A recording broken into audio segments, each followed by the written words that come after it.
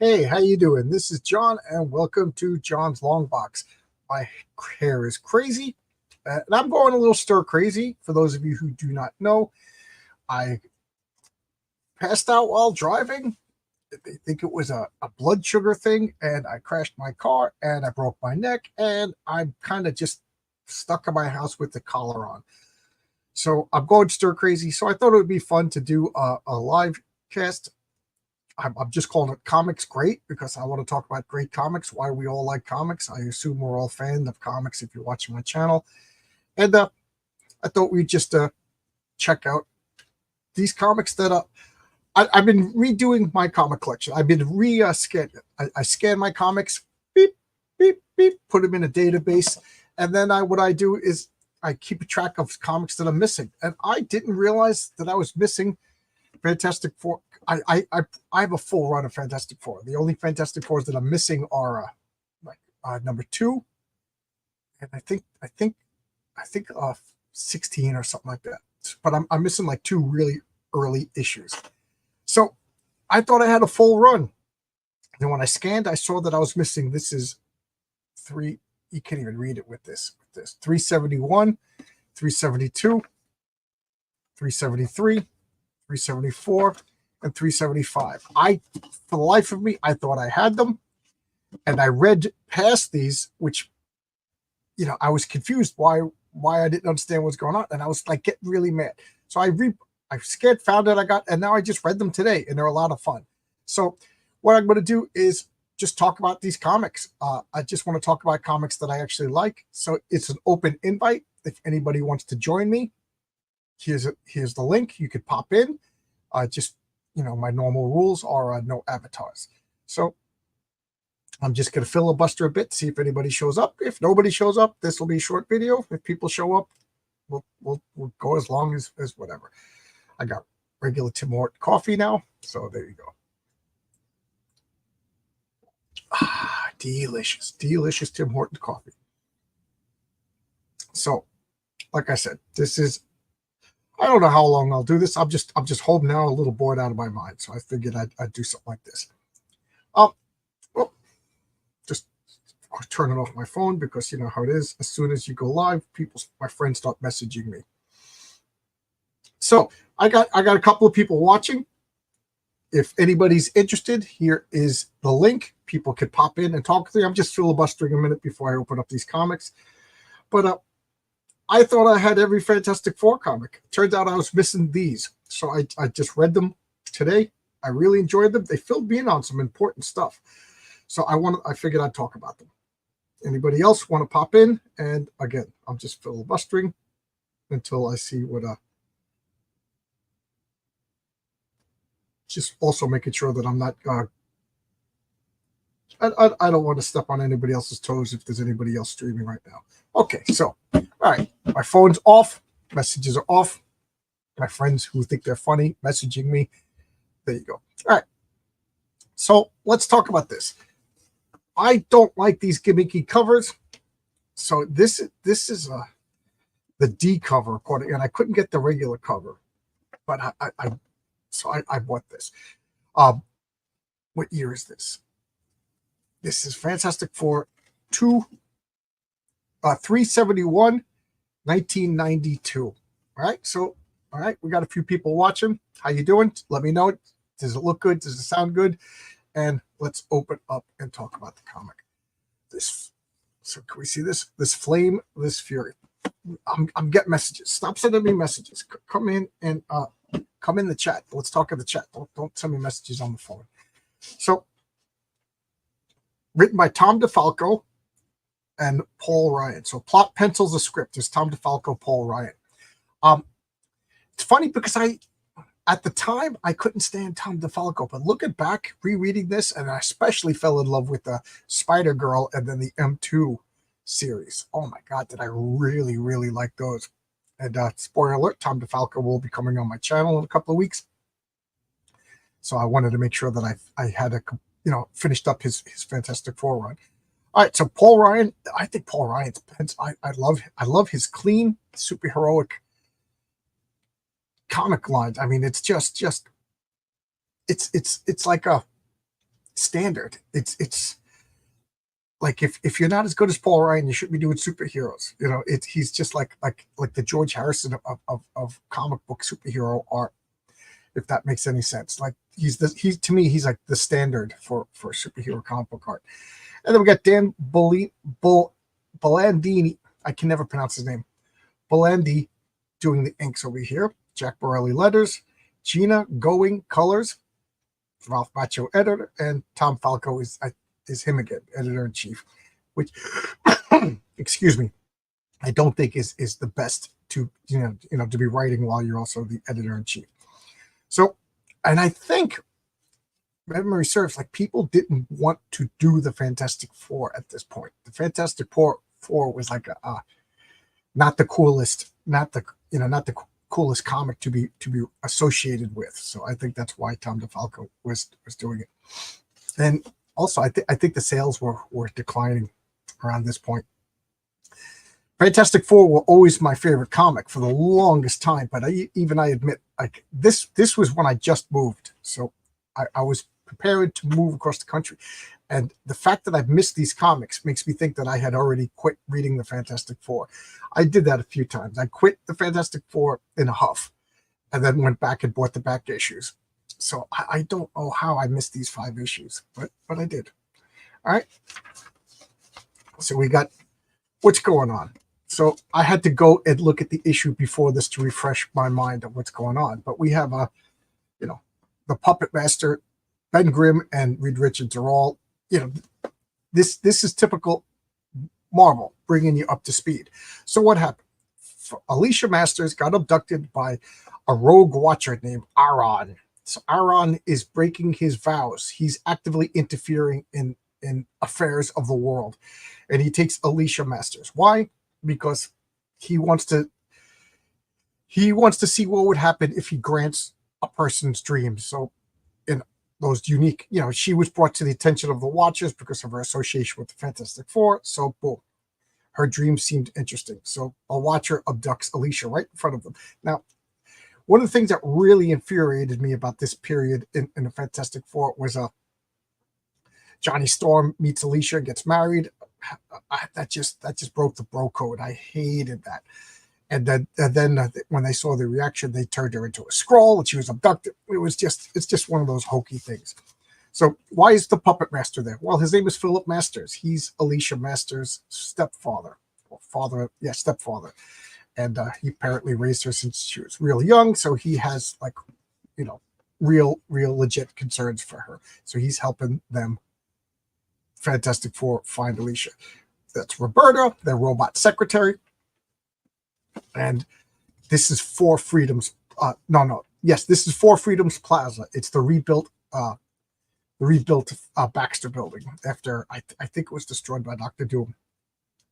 And they make it look like a real lobby. This is kind of what you'd see in a Manhattan lobby. And who's this?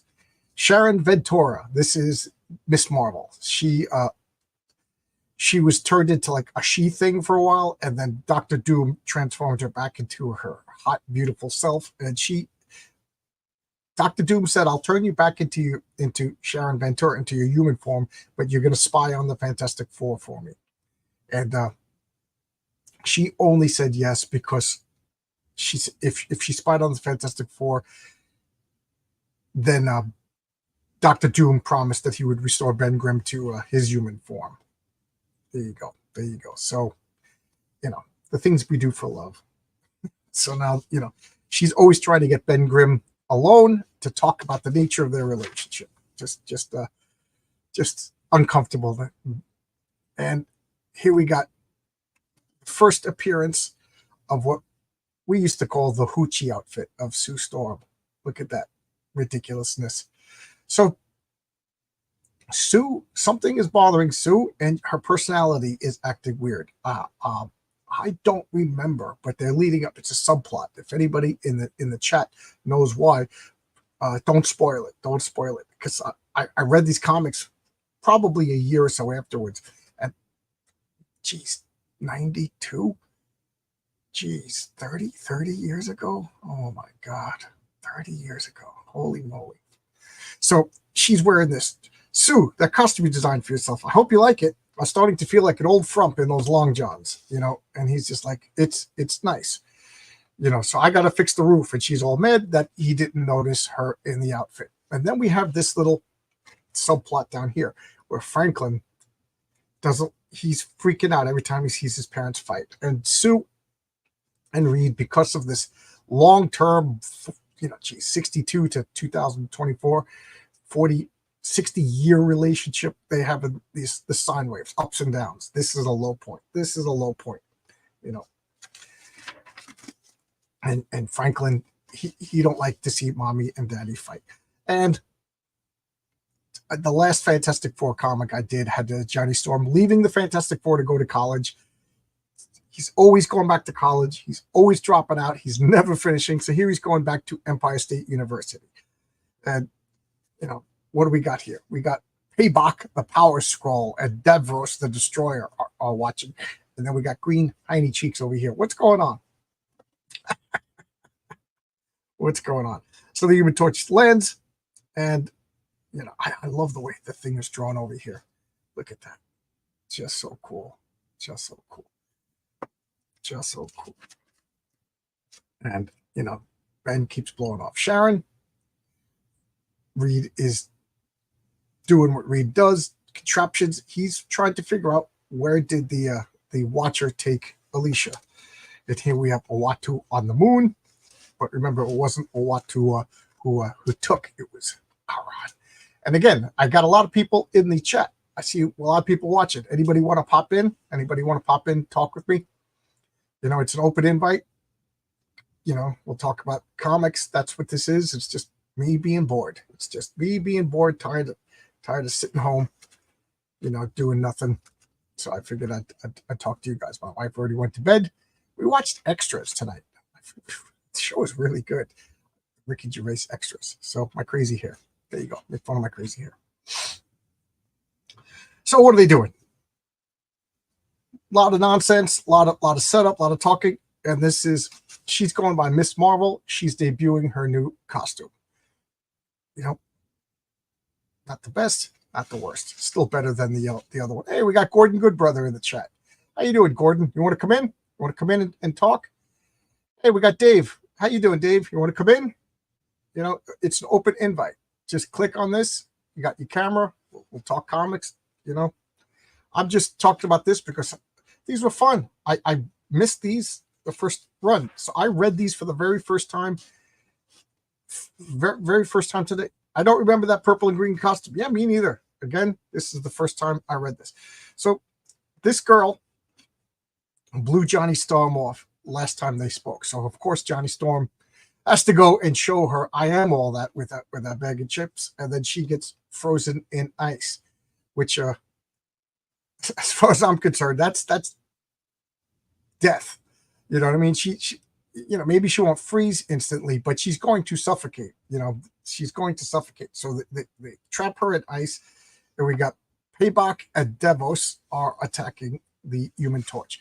And what are they doing? They're getting pretty smart as far as villains are concerned. They are waiting to attack the Fantastic Four, but they're waiting until they're by themselves. So, you know, they're you know, ambushing them. I couldn't think of the word. Oh, Dave, you're about to hit the bed, but thanks. Yeah, Dave, you wake up early because you're doing construction where I'm got this thing and I'm not allowed to go back to work yet. I'm not technologically equipped. You need to get out. Okay, the invite is still there. And anybody else watching, you could join in right over here. Yeah, looking at this art, I may have taken Paul Ryan for granted. Absolutely, absolutely. Like I said, I remember not being too impressed with this. But now I'm starting to think because I missed 5 issues, and that's why I wasn't sure what was going on. But look at this, you know, old school coloring. Look at this art over here. We got Payback over here with the ice. That is pretty freaking cool. Pretty freaking cool. Look at the Human Torch over there. This is just classic Fantastic Four. You know, and this is 1992. Ah, come on, focus. Here we go. And of course, he breaks out the ice, but this poor girl is still frozen. You know what I mean? He's fighting his first, if you ask me, superhero 101. free that girl, free that girl. She's suffocating right now. I know we're supposed to be like, oh, she's frozen, but I can't help but thinking like her biggest problem on hand is suffocating. So Paybok, Paybok's one of those villains with like, like the Super Skrull. He has a whole bunch of powers. So he obviously has what ice powers, and then Devros just has these the green lasers. But look at this. This is just good superhero comic book action. I'm trying to get the yeah. I just realized if I have the easel in the background, it's unfocused. So there you go. Now I see it's focused. And Bridget's still frozen. So he's got to get Bridget out of there. And here we got the Mile High Comics. And what do we got here? I used to wonder if those Ice Cage characters were made solid all the way through. Right? Yeah. I mean, is there a bubble of oxygen inside? You know what I mean? But they made a point of saying that Bridget was a frozen. It's a solid block of ice. So she's got, how long is she? This is probably like Matrix time. It's only been a couple of seconds. You know what I mean? What do you think of that costume? Ben seems to be checking it out. Philip Master seems to be checking it out. It's an adequate, to me, that's like an Image Comics costume more than a Marvel Comics costume. Does that make sense? And they're explaining to them that what Reed built, let's get this to focus. What Reed built was a machine that tracked energy signatures. Energy signatures. That seems to be the explanation for everything. So,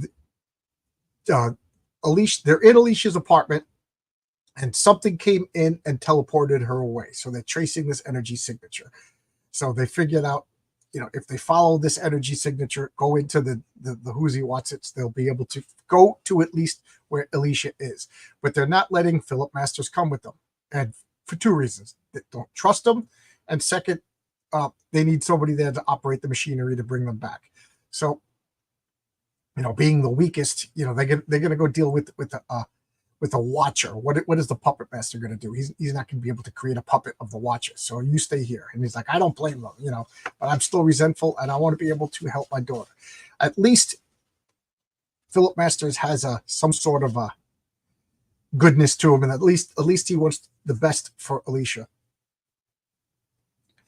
That costume makes her look like Titana and a villain. Yes, it makes her look like Titana from the Secret Wars. Remember the girl that ended up being the girlfriend to the Absorbing Man. Yeah, it kind of does with that, because she had the red hair, and if I remember correctly, the black-haired one was Marsha, who became the girlfriend to the and she was Volcana. She became the girlfriend to the Molecule Man. So here we go. So the machine transports them to a cave in Antarctica. Okay, so here they are. Sharon's costume's not insulated, but Ben's hide is almost as thick as his skull. You're unprotected. And she says, don't worry, Reed, a woman who could press 10 tons can endure a little cold. So she's soldiering on. She's soldiering on. They go into this cave, and they found the lair of this Watcher. And you can see there's Alicia in like one of these techno beds. And look at the utility belt that Ben has on. I really do like the way he draws the thing. And later on, you'll see, I really do like the way he draws the Human Torch. I'm going to spread out these comics so like there's no holes in the easel when I move around, so maybe it'll help stay in focus. So she appears to be trapped in a coma. Now, keep in mind at this point, Alicia and Ben broke up. It's one of those on again, off again things, but Ben obviously still cares. It looks like so what's going on? So this machine is hooked up to a screen so we can see. So Aaron, the rogue Watcher, has created a tiny universe, and he's basing this tiny universe on the desires of Alicia Masters. Why? Plot. He's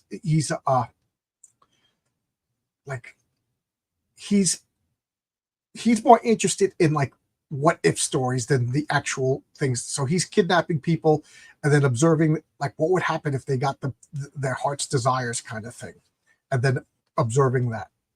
That's his hobby, not just watching the universe as it is. He goes, so because I hope you because I find it very significant. So that's his hobby.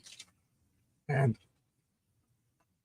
here we got oh, you can't see the top. So back to the Human Torch, A story, B story. So now we got him finally thawing out Bridget over here. How long was she frozen? Don't know. Comic book time is wonky. Like, how long did this take?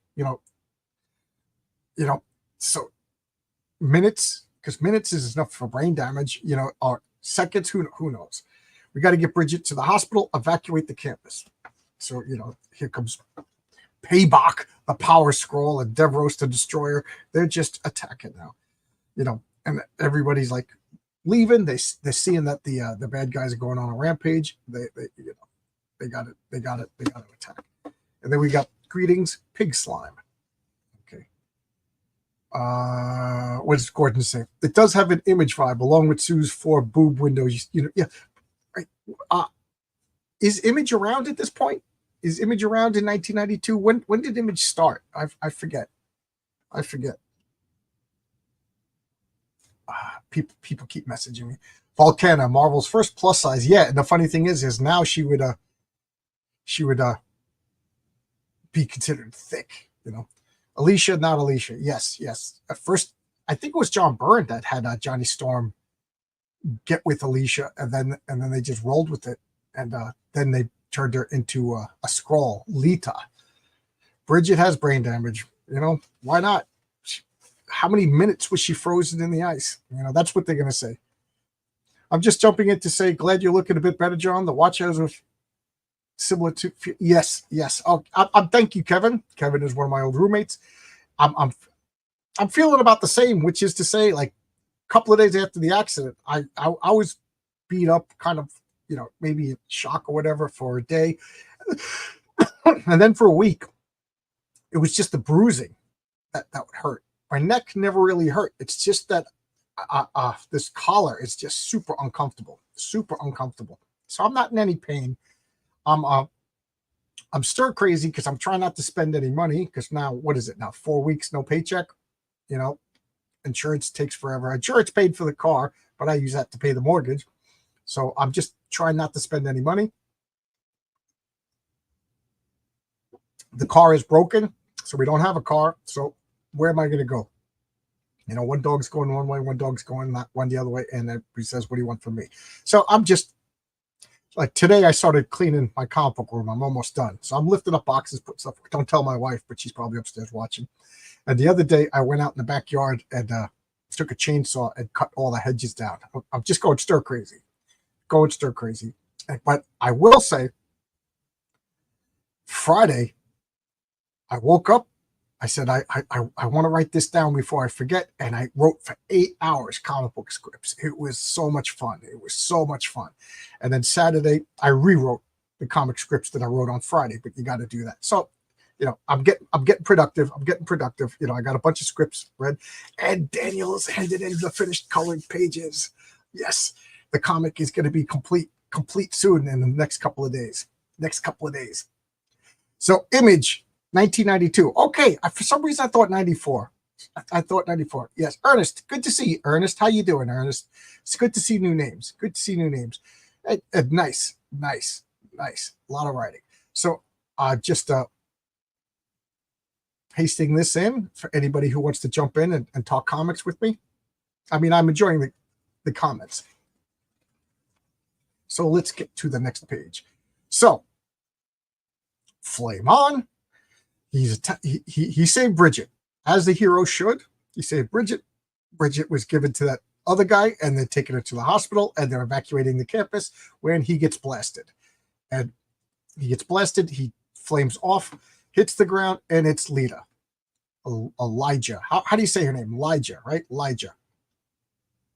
As far as a Skrull is concerned, she's pretty hot, She goes, Johnny, my darling, you should be happier to be reunited with your loving wife. Is this how you want This is how I want you, unfaithful wretch, on your knees. So now he's got, 3 against 1. You're dead. I saw you die. Really? Since when are you an expert on Skrull physiology? So at this point, we don't know. Is she really dead? Is this another Skrull pretending to be Legia? Because Legia didn't have these laser powers. You're not fooling me. Skrulls are shapeshifters who could assume any of you're an imposter. How could you be sure?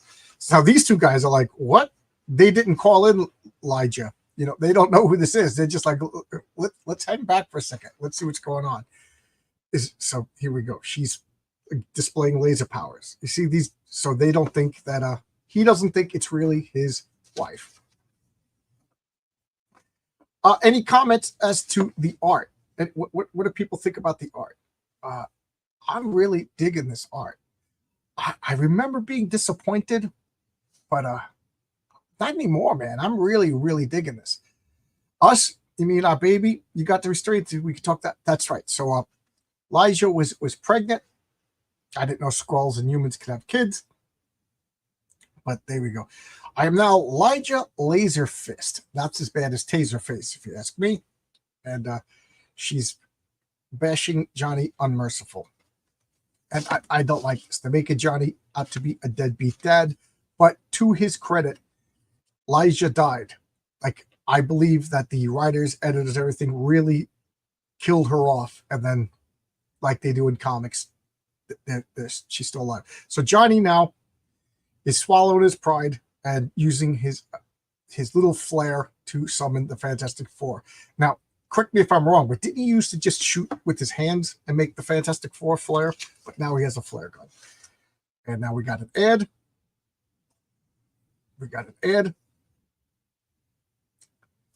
Why were the Skrull males midgets and the Skrull women supermodels? For the male gaze. It's funny that you should say that, because I should go on a deep dive about Skrull Skrull history. Tell me in the chat if you want a nerd lecture about the Skrulls. How I think they're brilliant. Great feel for motion. Yes. Great storytelling. Great feel for motion. Man, I would love to find out if Paul Ryan is still available for work, because when Mike Miller steals Renzo, I would love to have Paul Ryan do my comic. Hey, K-pop junkie, you want to come in? I got a link. People could come in and we could talk comics. Just back Heroic Tales. Looking forward to reading. Oh, thank you. Did you back it on Find My Comic or Kickstarter? Just curious. Thank you so much. And you know what? You give me a good opportunity to make a commercial. So how's this? His Heroic Tales on Kickstarter right here. I got to close that because that'll give away too much. 41 backers on Kickstarter. And I'm going to do this one fast because Fund My Comic is going to be my home base for now on. But, here's the regular cover. And here is the Michael T. Gilbert cover. This is just so awesome. But I'm going to close that because I really want to show the Fund My Comic. So here is Fund My Comic right here. And let me refresh. 200 backers. Wow. And I'm combining. So I got $5,700 on Fund My Comic and I got $1,000 on Kickstarter. So that makes it $6,700. So we're a little less than $300 away from unlocking the next stretch goal. Thank you. Oh my God. This is so cool. Here's the regular cover by Renzo. Am I showing it? I always get a little nervous. Here is the Pat Broderick. This is only going to be on Fund My Comic. If you could read between the lines, you'll see something, about the Michael T. Gilbert cover. This is the back cover. I love this. That is so good. And here's the interior artwork. So good. And the coin, the pint glass. And I want to get down to the stretch goal. So that means only $300 more and I'll unlock the next card. And can you see these down here? I got the cards in my hand. I got all the cards made up. I got 7 cards made up. Why 7? And I'm only showing 6 because there's Unheroic Tales, the story of Lucius Kane, the suit. And I realized I forgot to include it. So I got a bonus stretch goal. So anybody who backs, if you back $10, a physical copy. I can't do it with PDFs. If you back a physical copy, you're going to get, as of right now, 3 cards. If I could get $300 more, and I'm combining, whether it's Kickstarter or Fund My Comic, I'm combining. And then once everything's fulfilled and everybody's got all their bonus swag, I will sell the sets of 7 cards, I guess for $7, $10, because they're just over $1 each. I back both because I like the different variant. Oh, thank you, Ernest. Thank you, Ernest. I just got the Mike Gustovich cover colored today. Daniel had a setback. His father had a open heart surgery. So, and even with that setback, I'm still ahead of schedule. He sent in the last variant cover, 2 pages today. That means that there's 3 more pages and the comic is completely covered. Just got to letter it, pre-press, start printing. So even with the broken neck, even with Daniel's unfortunate circumstance, I'm still ahead of schedule. And then I will make a couple of announcements. Once I'm going into printing, I will make a couple of announcements. Where am I going here? Okay. So,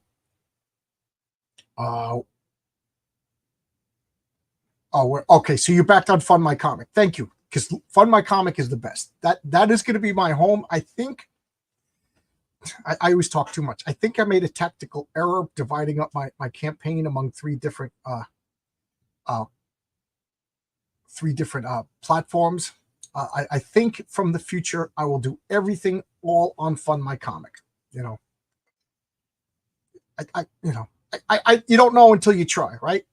I never. If people tell me stuff, thank you for telling me.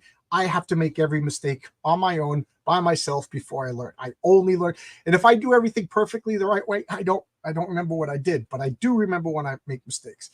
So I'm learning a lot. I would have been, but I'm streaming all day. Okay, got to start drawing soon. Kevin says yes. K-pop junkie says woo woo woo. Gordon Goodbrother says 100% plus champagne. That's a nice campaign funding. Yes, yes. I was talking to John Delarose on RJ's channel on Comic Book Team Up. We do that on different channels on Wednesday nights. And he was explaining to me how successful this campaign is. Because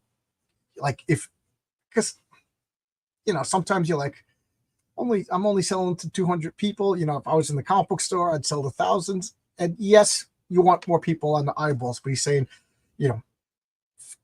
how I would probably only have like $200 after everything's been said and done if I went through traditional comic book store.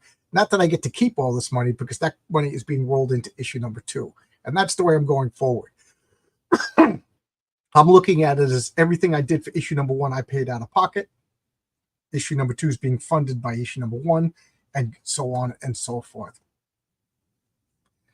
I backed on both because I like the different variant covers. Thank you so much, Ernest. I hope, and you're going to get 2 sets of stretch goal cards. You know what I mean? It's only fair. I just hope I earned your confidence. I'm getting really nervous now, because now that I got eyeballs and I got a couple of enemies, you know what I mean? They're going to rip my comic apart. So I got to make sure that all my T's are crossed, I's are dotted. So, I got a couple of editors who are going to go over everything, make sure, everything's good. Drawing, so pressure's on, good pressure. A lot of fun. Comics are still fun. Comics are still great. So I'm just putting the link in the chat again, and let's get back to this fantastic. This is a fun Fantastic Four story that, like I said, it's new to me. So I was confused because the next comic that I had. Okay, so I missed up to. So I missed 270. What is this? 271 to 278. So 278 was the next comic. So I got 270, and then 8 issues later, I started collecting again, and I just missed these 8 issues. There was so much that I forgot, like the debut of what I call the Hoochie outfit, there's another thing next issue that is really big that I want to see. So now we got Agatha Harkness. Yes, that's Agatha Harkness in the comic. She's showing up as the babysitter. You know, I love this. This is Tom DeFalco just pulling out all the stops, like all the Fantastic Four lore. Just look at that horrible costume. Just look at that horrible costume. So now these two are like, we've been hanging around watching that girl Skrull too long. Now the Fantastic Four are coming. So like, all right, let's take them out. Let's take them out. So they all attack. 3-on-1 to Johnny Storm. 3-on-1 to Johnny Storm. And what does she do? She turns on the other two guys and says, nobody has the right to take him out but me, you know, after what he did to me and my baby. So they're like, what the? And they're battering me for every I'm being totally distracted. What's going on? They're about to smash through my defenses. I'm dead. And then we got Bullseye. I met Tom DeFalco once. He was very nice. So Johnny Storm is panicking. So like, what's he doing? And Devros, I don't know if he's a robot, android, or suit of armor, but he says the temperature is going up. Johnny panics. He just goes nova. Boom. Just look at that. Boom. So Sue is looking for her brother. You know, she saw the flare. She's the only one there. Remember, Reed, Sharon, and Ben went off to the Arctic to find Alicia. So she's running off. What's going on? She goes, I can't look directly at it. Like a nuclear explosion. Then she puts 2 and 2 together. It's Johnny. Johnny, are you okay? He's like, I panicked. I lost control. And look at that. He just like set Empire State University on fire. I love that. This is like a precursor to that to the Civil War. You know, when was the Civil War? Like literally like 15 years later, right? When Speedball went nuts and blew up that grade school. What year was the Civil War? Anybody in the chat remember? So let's go to 372. Wow, 35 people watching. Thank you guys. You know, thank you. I appreciate it. I always get nervous. Like nobody's gonna watch. Nobody's gonna watch. You'll have more friendly eyeballs or not. Yes. Can I do a humble brag? Can I do a humble brag there, Gordon? I was told by some by people smarter than me, which is most people, that with YouTube, whenever you do whenever a YouTuber does a crowdfund, you get 9% to 10% of your subscribers will back your book. Well, I have 1,470 subscribers, and that number goes up and down. I guess people are like, I didn't like them today, I'm unsubscribing, or maybe bots get vaporized. So I should only have 147, round it to 148 backers, but I got 200 backers. Then I got another 41 on Kickstarter. So I got 241 backers. I have almost double what the numbers say. I'm blessed. Thank you, everybody. Thank you, everybody. I'm being evasive on purpose. You know, I had some drama last week. Part of it was my fault. Part of it was not my fault.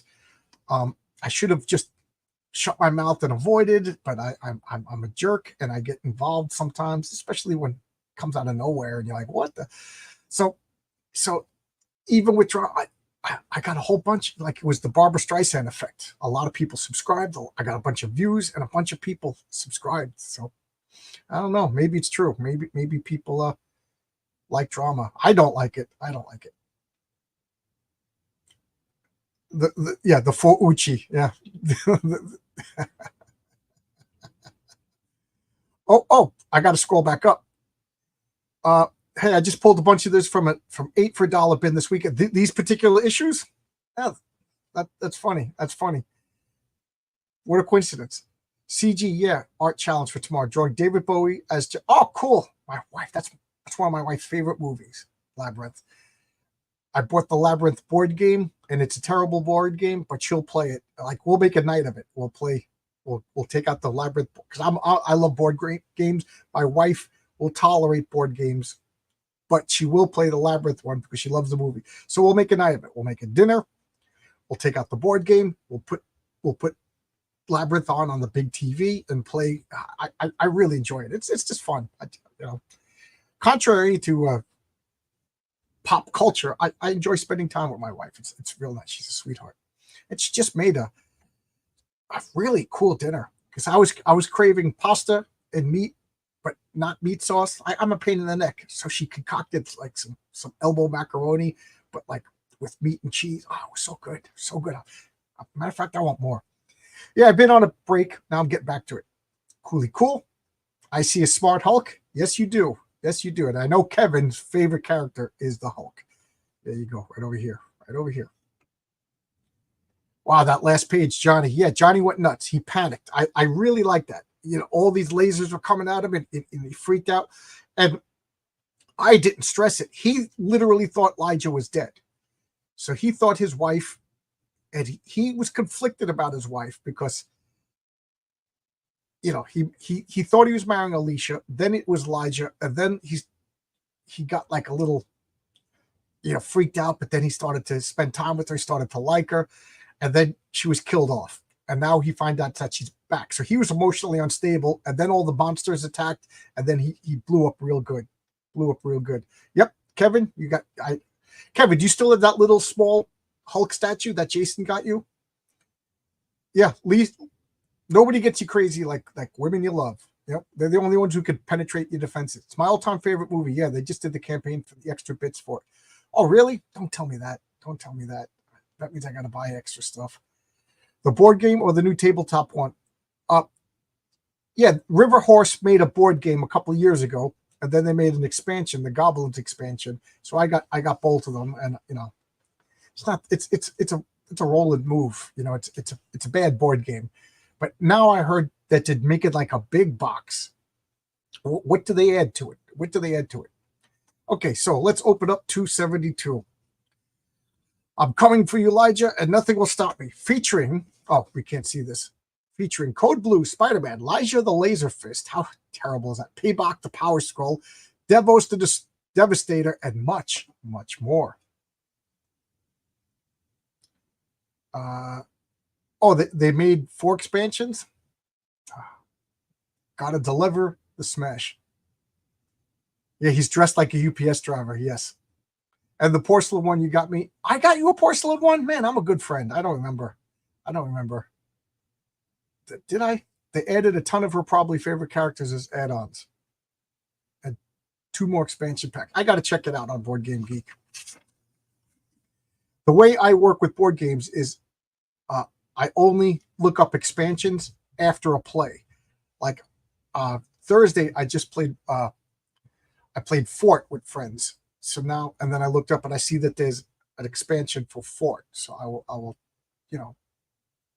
maybe I don't know, I can't spend any money. Just 4 weeks without a paycheck. All right, so what's going on? Code Blue was a thing that Marvel was trying to push at the time. They were like super cops. So they were like super well-equipped cops that were going to deal with threats ordinary cops can't deal with.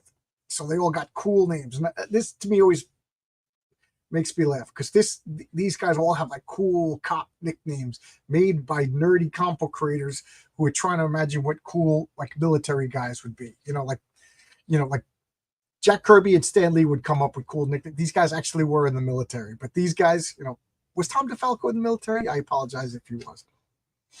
So here we got, back off, don't arrest my little brother. So Code Blue is here to arrest Johnny Storm. Why? Because he just went nuts and blew up Empire State University. So one guy actually pulls out a gun, starts shooting at her, but she assaults officers in their legal duty of apprehending the Human Torch. The Human Torch blew up the school. In the light of everything that's going on, surrender to the this is me talking. Surrender to the police and work with the authority. You can't just go Nova and blow up an entire school. So, and then what is Sue Storm? Hoochie just starts assaulting the officers. So Johnny Storm comes out of hiding and does the right thing. He surrenders. I surrender. There's no need for this madness to continue. I surrender. Why? Because he's a good guy. Human Torch is a good guy. But again, I forget why. I got to reread. Maybe it's in these issues that I didn't read yet, but she is acting so out of character. You know, is she becoming Malice again? Is Malice? I'm gonna look at these covers. Oh, Reed's blasting her all over the. Oh no, that's not Reed. You know, Huntara. So did she still got this? Does Malice? Does she turn into Malice again? I don't know, and I don't remember. But she's so out of character. So she's like, I'm guilty. And she says, he's not guilty. You didn't read him his Miranda rights. You can't use that in court. So he's, signing up. He's giving autographs to the police and goes with them willingly. And here we got Bullseye. Tom DeFalco's officiating a wedding. We got the Turbo Touch control pad. And then we got this actually made me sad. This I'll make this comment, then I'll address the comment. I'll address this and then I'll address the comment. But Agatha Harkness shows up with Little Franklin, and Little Franklin's like, "Am I ever going to see you again? You're getting arrested, Uncle. You're my uncle," and that kind of got me a little emotional. He's saying goodbye to his nephew, and we got this. I'll stop here because this needs to be addressed. All right, so let's look at the. You got that Doom on your cherished item shelf. Cool. That makes me feel good. She did back the Boom Omni of the Lever. No, she did not back it. She did not back it. Both of us aren't spending any money until I go back to work. I thought they were medical heroes. Code Blue. Best suit outfit. The Art and Times of Jay Ryan. Yeah. This fans of the Hoochie outfit. Code Blue coming through. TSO. Best song. Code Blue. Code Blue. There's an old punk band. Jeez. I agree. Best suit outfit. TSOL. I thought that's what you meant. Yes. Yes. Malice relapse incoming. Okay. So that's why she's, for those of you who don't know, it was the Psycho Man, right? That messed with Sue's brain and turned her into Malice. But it was John Byrne. He wanted to show off how powerful the Invisible Woman was. So he had her go mad, wear this leather dominatrix outfit, and beat the crap out of the Fantastic Four to silence everybody into no more bashing. Sue is without a doubt the most powerful member of the Fantastic Four. I guess I need some of this light. So that was the origin of the Malice stories. Malice was like an alternate persona created by the Psycho Man. So Gordon Goodbrother says Malice is returning.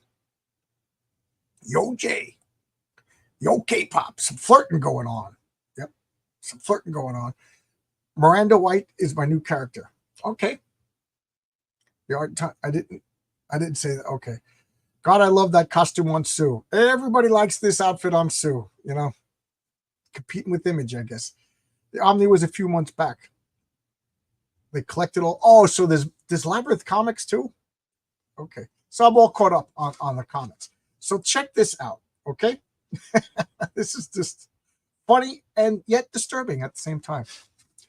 So what we have here is the top floors of the Four Freedoms Plaza, the Baxter Building. They're all broken. So there's construction going on. Stu halted the construction because she's saving the money because she doesn't know this outcome of this arrest of Johnny Storm, and they're gonna have to pay a lawsuit, whatever. It's actually pretty real world politics going on here. Like, we're not going to spend any money until we know the damages that Johnny caused Empire State University. So all the tenants are coming up. We need what's going on. Like, there's the building needs work, and you stopped all the work. So these are the tenants that live in the building. Legitimate concerns. And that, maybe they're unpleasant, but it's that Flaming Freak brother. It's true. He's a menace to the neighborhood. So she's a jerk. But what about the roof? It was blown apart. We have some dangerous experiments going down. What's going on? And then just like, where's Mr. Richards? We usually deal with Mr. Richards. And then you got this woman. Don't be impertinent, young lady. You should be ashamed of the way you flaunt yourself. You're a married woman, a mother. Does my costume custom offend you? I never believed clothes made the woman. However, I can see how they do in your case, and she turns her clothes invisible. You can't do this to me. On the contrary, I am the invisible woman. I could easily employ my invisible energies to make your clothes do exactly what I wish you to do. I wish you would do, disappear. So she makes everybody naked. Sue Storm makes everybody naked, and then everybody leaves the meeting. So there you go. She sets herself up for another lawsuit. And then I love this. This is any particular reason why you lagged behind Mr. Guerrero? I just wanted to state the record that I like to do look, and I thoroughly enjoyed the show. How long will your husband be gone?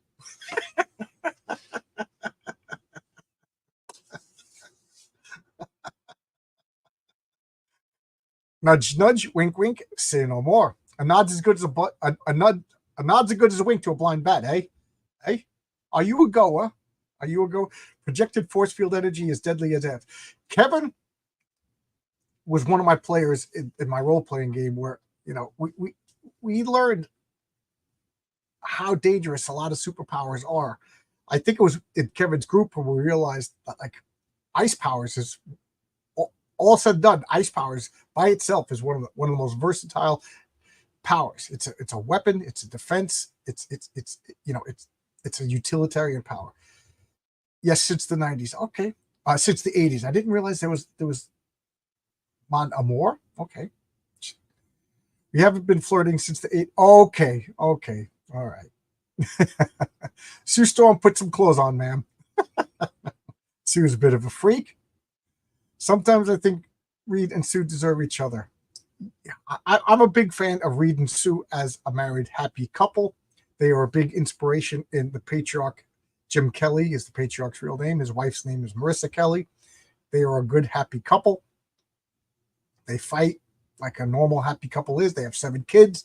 So there's this strain on the relationships, but they love each other. They got each other's back. And she's not just the simpering trad wife that like does whatever he says. You'll see. You'll see. Tony Grigor, what are your thoughts on gender swap Penguin? I have zero tolerance on that. I have zero tolerance on race swaps and gender swaps. You want a female character to do. I didn't watch. First off, I didn't know about the Cape Crusader cartoon until people told me to hate it. But once I saw that they gender swapped the Penguin, I'm not watching it. I have zero tolerance for that kind of stuff. Let me take a sip of coffee. I don't care. Woke, not woke, good character, bad. I don't care. I just don't. I don't like that. There already is the character of the Penguin. You want a new character because it's not the Penguin is a crime boss. A fat crime boss who sometimes is a fence. Sometimes he's just like a godfather of crime. To have like this woman, what does she sing, like burlesque? That's a whole different character. Make up a new character. Just make up a new character. I got no problems with that. Make up a new character. I don't like that. So I'm done. I'm not in. And I'm still waiting for the X-Men 97 cartoon to surprise me. I'm reading comics from 1992, having a good old time.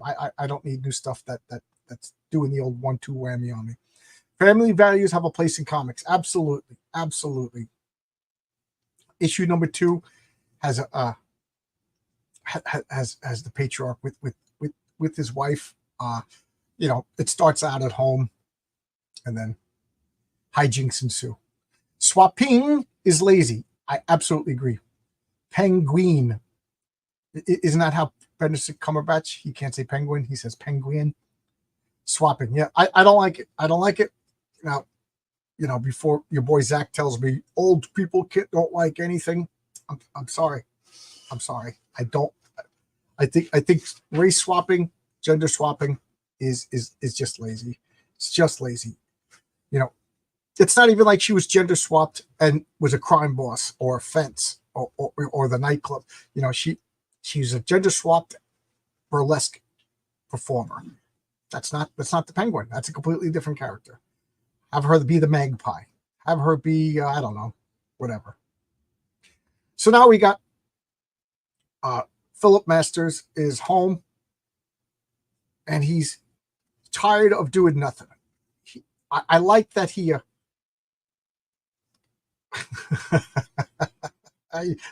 you made me laugh. So I guess you saw uh, Richard Myers' video today.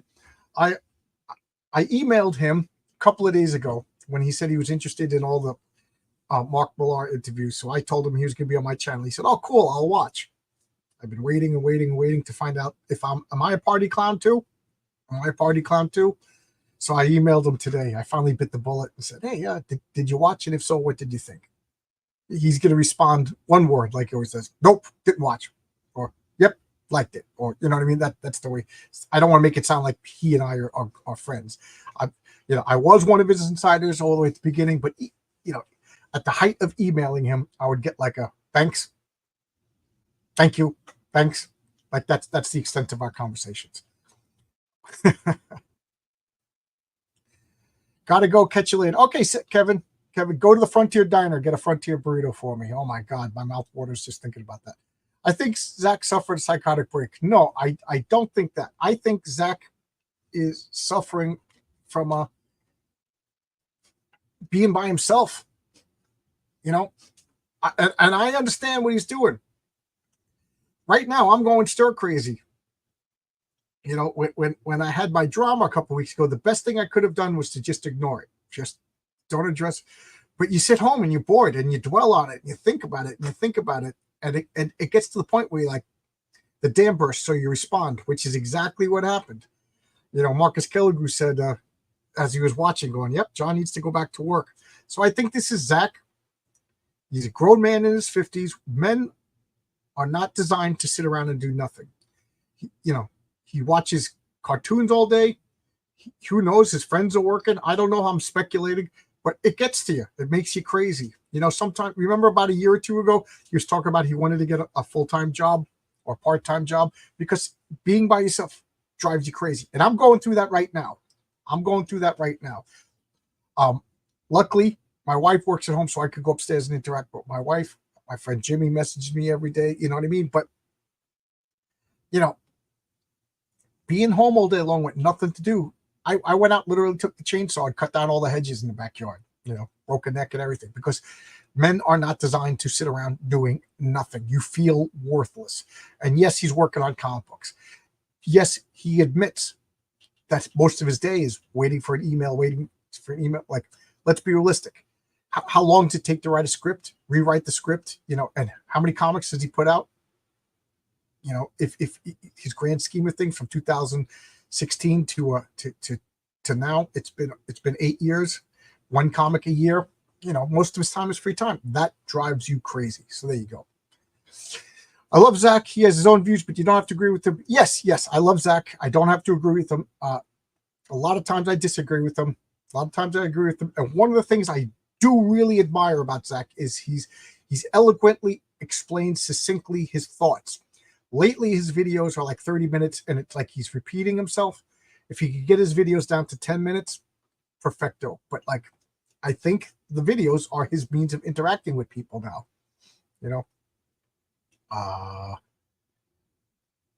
Zach recently put out a video making friends, so I have hope for him. Yeah. And I have to say, I've never had problems making friends, but I'm an outgoing, extroverted person. But I understand. But I did have to learn how to talk to people on my channel. My wife would watch my early videos and be like, "You talked all over that guy. You interrupted that guy." So I like to think that I'm getting better at giving my guests time to speak and whatever. He makes me laugh out loud all the time. So yes, I have nothing but affection for the guy. I'm not blindly backing all of his books anymore.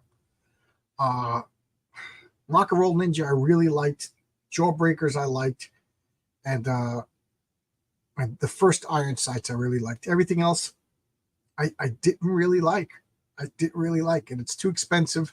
And I don't think blind backing books will cause improvement. The only thing that will cause improvement is merit-based backing. Except my book, blindly back my book, and my secret project that I will be announcing once I'm in fulfillment I will be announcing my secret project, which I already announced. So it's not too secret.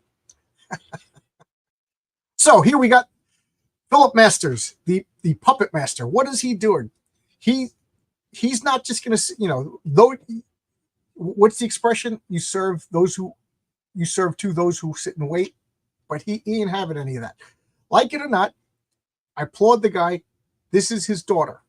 It's not his biological daughter, but it's his daughter. Daughter-in-law. So he is doing what he feels he could do to help the situation. So he's sculpting a puppet. Remember, he's got the powers. He makes these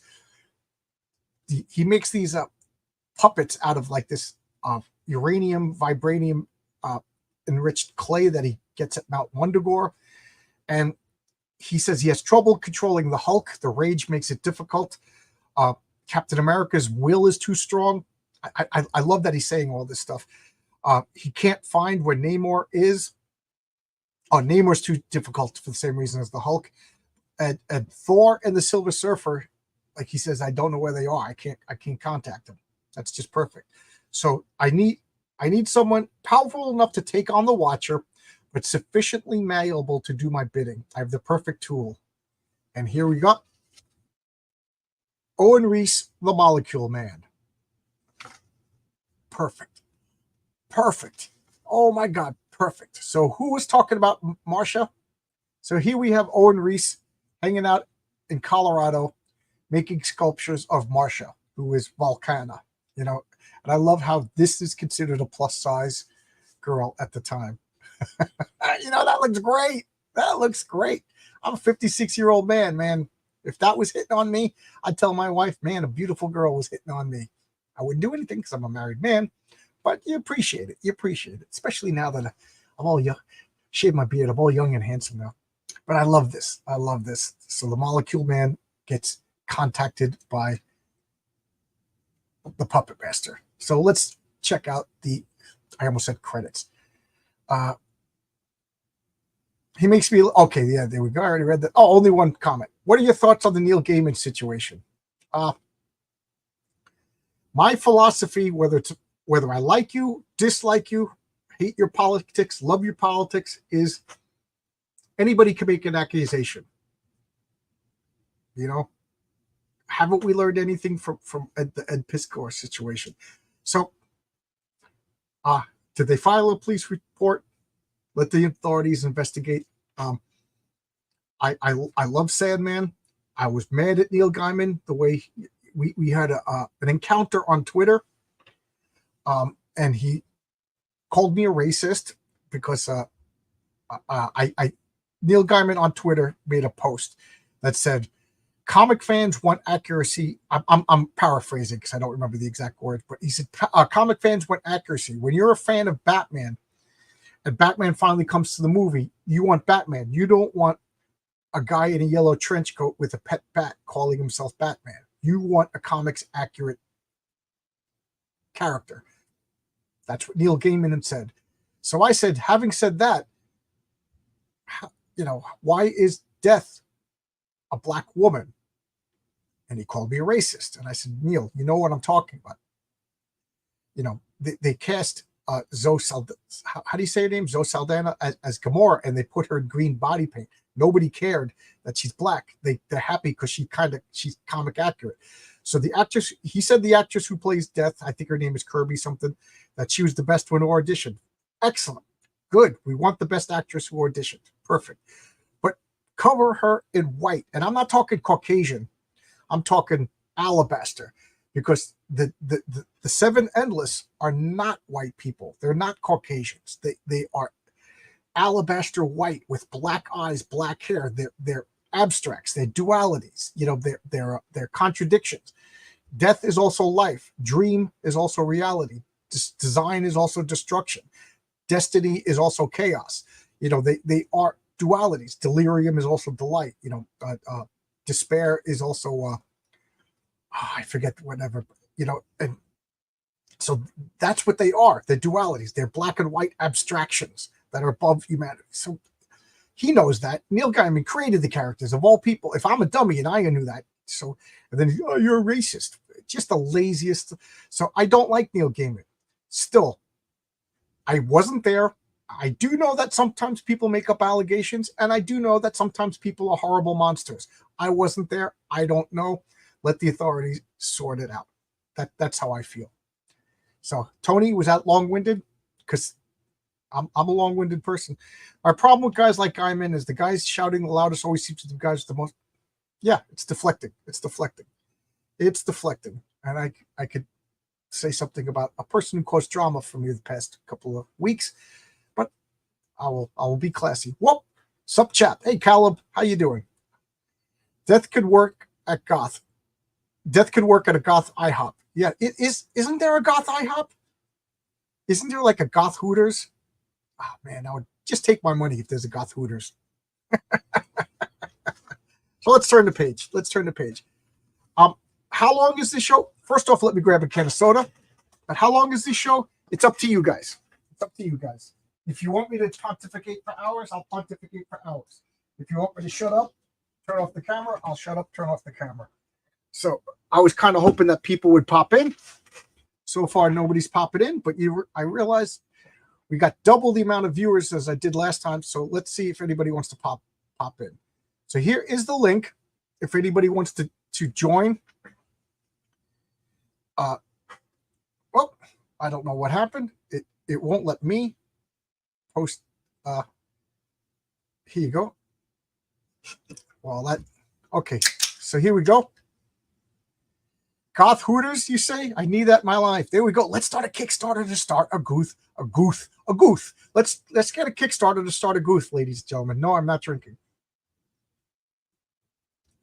Here's the Gooth. Let's start a Kickstarter to start a Goth Hooters. Oh, man. Okay, I got one vote for pontificate. So, if anybody would like to pop in and be on camera with me and help me talk, I would appreciate it. It's a lot of fun. Believe it or not, I enjoy people. I enjoy talking about comics with actual people. I also enjoy interacting with the chat. Yes, Diet Coke. Diet Coke. It's my vice. If I may brag, I lost 20 pounds since my accident. 20 pounds.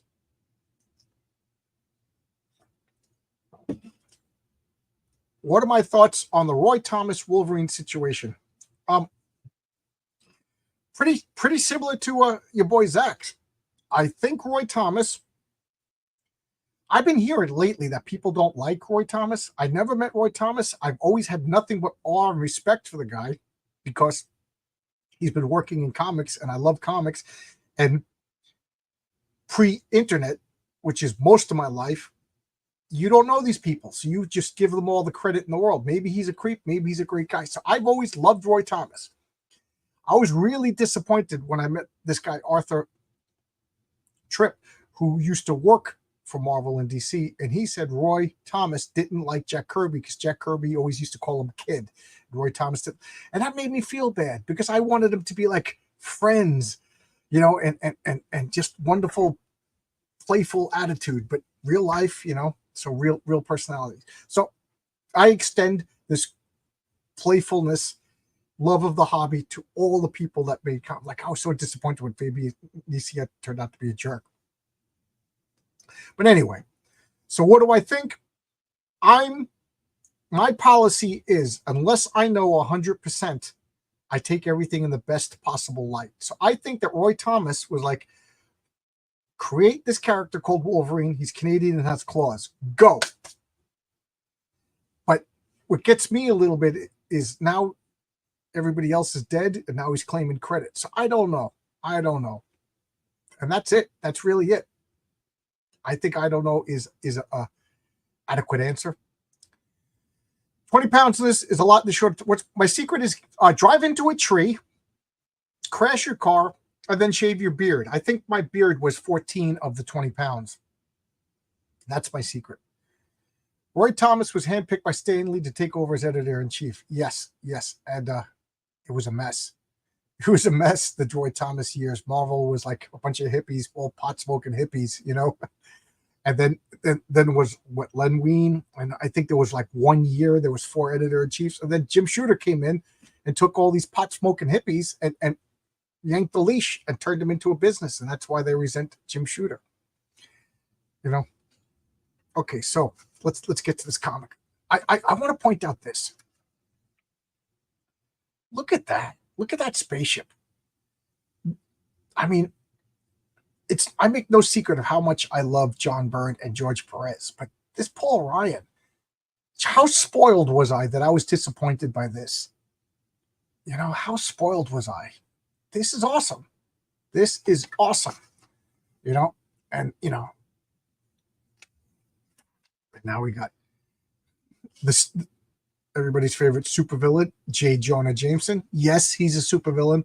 When you finance a Spider Slayer, when you finance the Scorpion, when you finance the Fly, and now he's hiring mercenaries to take out the Human Torch, you're a supervillain. So J. Jonah Jameson. So he's yelling and screaming. You know, this Human Torch is as bad as that web slinger. We got this mope over here, and we got Peter Parker, you know, defending his buddy Human Torch. You know, and then we got Hitler over here. Look at that. You know, saying, you know, he blew up Empire State University. You know, you went to Empire State University. You got a good point. He's like, your classmates went there. Your friends could have got hurt. You know, so he's like, all right, I got to go out and I got to talk to Johnny Storm. Got to talk to Johnny Storm.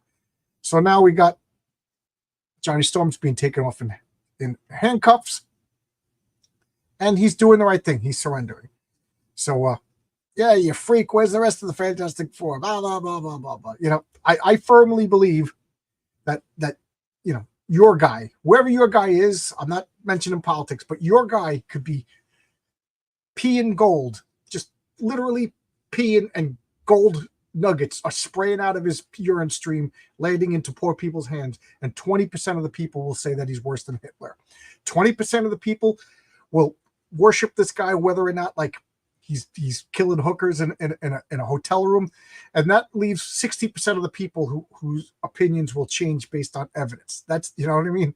So, you know, these people coming up, these people hated Johnny Storm no matter what. You know what I mean? So Johnny, he's taking pictures, and hot redhead over here. Gotta say, I'm a sucker, right? We're comic book people. Comic book people, we're suckers for the hot redhead. So Johnny Storm's checking out the hot redhead. What does she do? Turns into Lita for a split second. She's using a scroll power. So Johnny Storm, what does he do? He starts, officer, we're in danger. There's a scroll over here. And the officer's like, what are you, nuts? What are you, nuts? And the other officer starts shooting at him. So now the police like, what's going on? It's active shooter situation. Lita's like, the rabble starting to panic. She's attacking. And what are they doing? They're just trying to work Johnny up into a frenzy. Peter, this was just lame right here. I can't use my spider strength to force my way out without risk of injuring people. Yes, you can. Yes, you can, Johnny. Peter. Yes, you can, Peter. That was lame. That was absolutely lame. So Johnny's freaking out. So he does what Johnny the hothead does.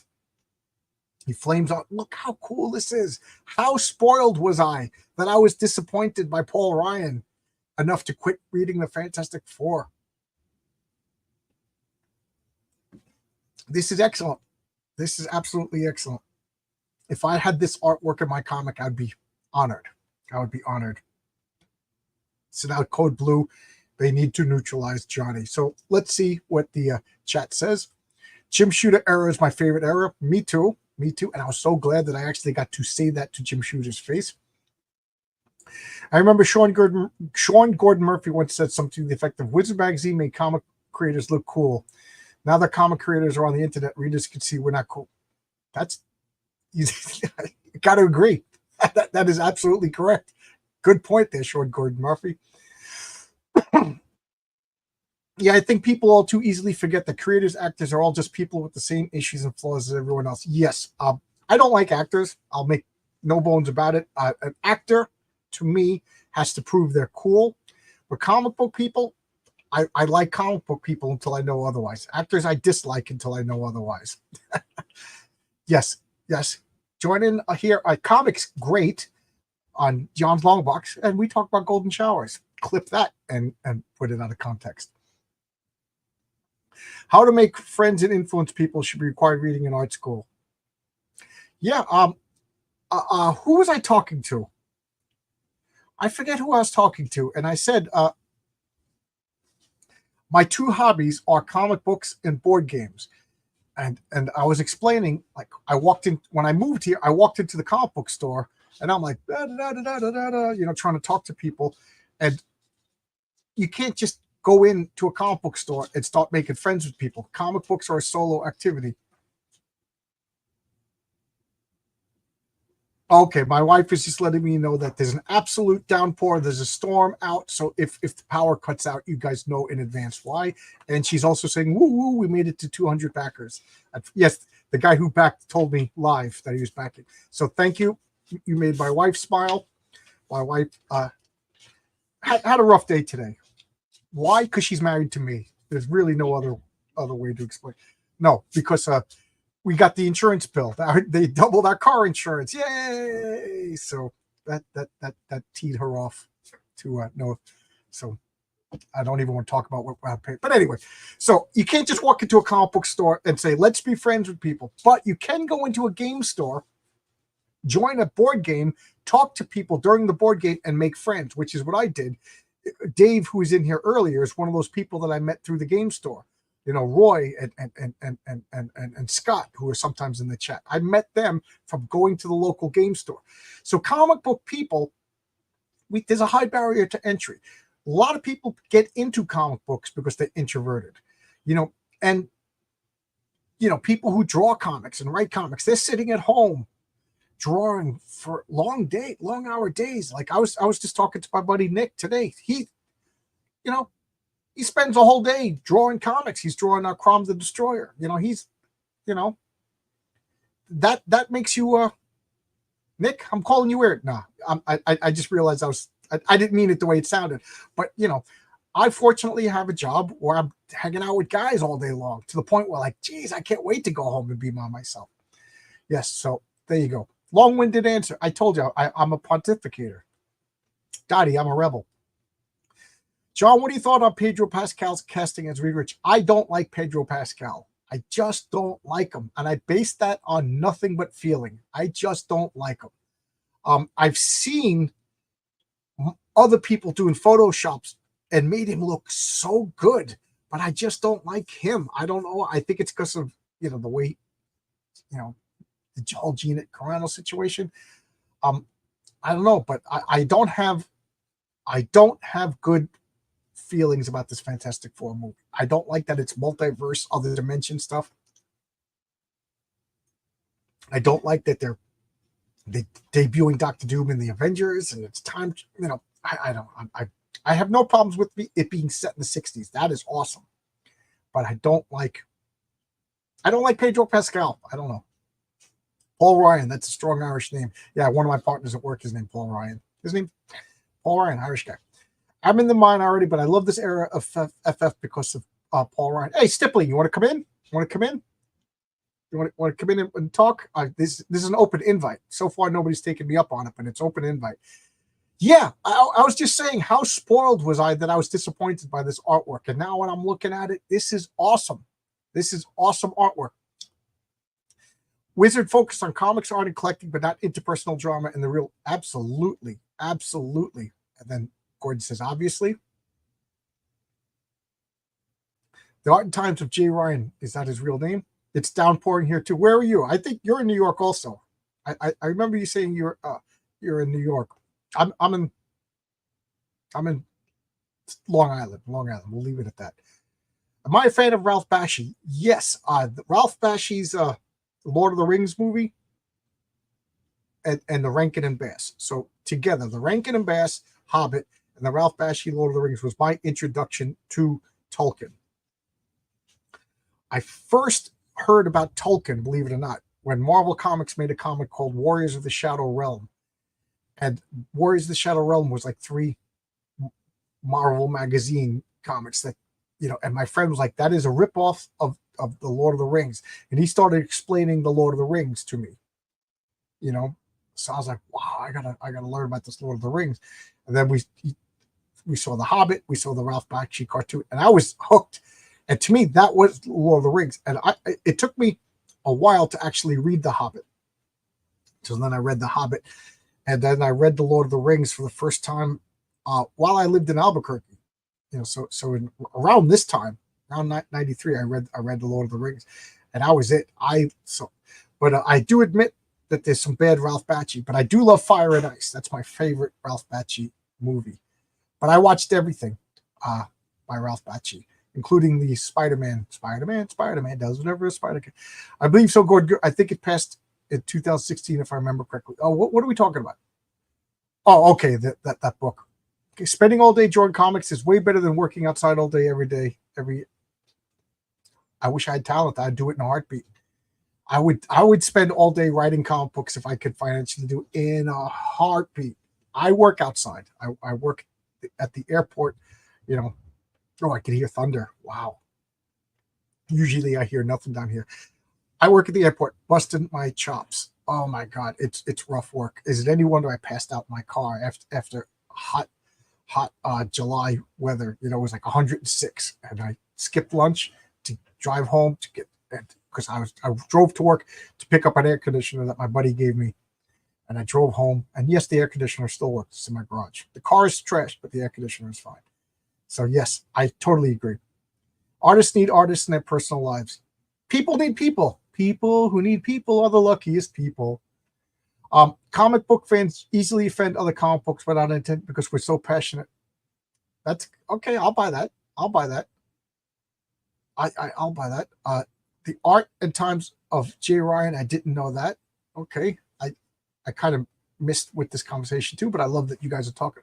Love to, but I got housework that needs to be done. Okay. Oh, yes. You're on Long Island too.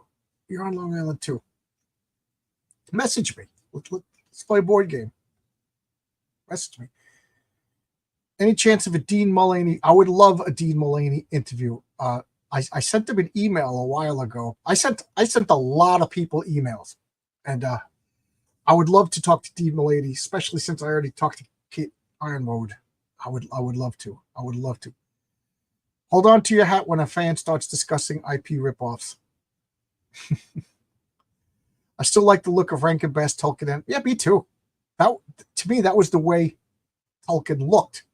Matter of fact, in my bathroom, if you go to I made a video called the Throne Room, and it's a tour of my bathroom over here. There's a Rankin and Bass poster hanging in my bathroom for the Lord of the Rings. Oh, Paul Ryan passed in 2016. That's what we. Oh. You're not related, are you? I just made the connection. I didn't know he died. Oh my God! Did you guys hear that? Did you hear that? Oh my God! If my internet goes out, you guys know this is a storm. How bad is it? Oh, look it up my phone.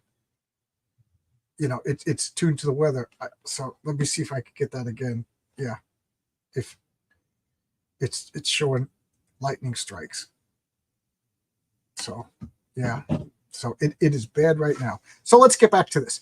So, like an ex-girlfriend, Lila, and it's got to be worse, an ex-wife, right? Just winding Johnny Storm up. He's going nuts. He melts his way out of the handcuffs and just goes berserkowitz. And he's freaking out. Oh, I'm not showing it. He's freaking out. They want me dead, so Code Blue is attacking him. You're the one who attacked me. Why are you attacking me? And he's a Skrull.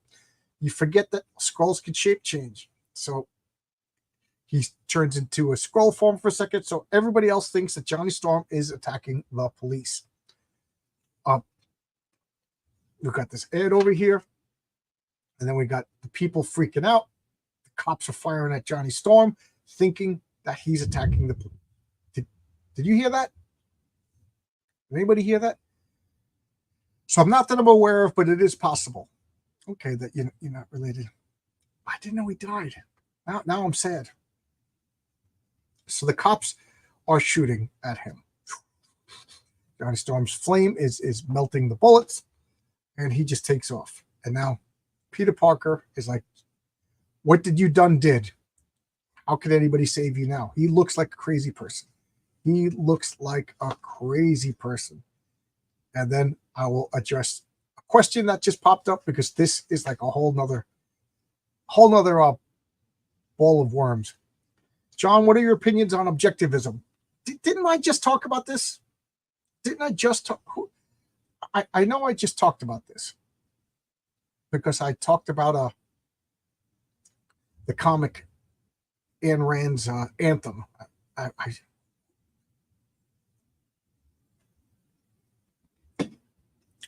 would like to answer, but RJ Williams is here, and that means I have to shut everything down. Whenever RJ Williams shows up, that means it's the end of a live stream. Just teasing, of course. Anybody wants to pop in? Anybody wants to pop in?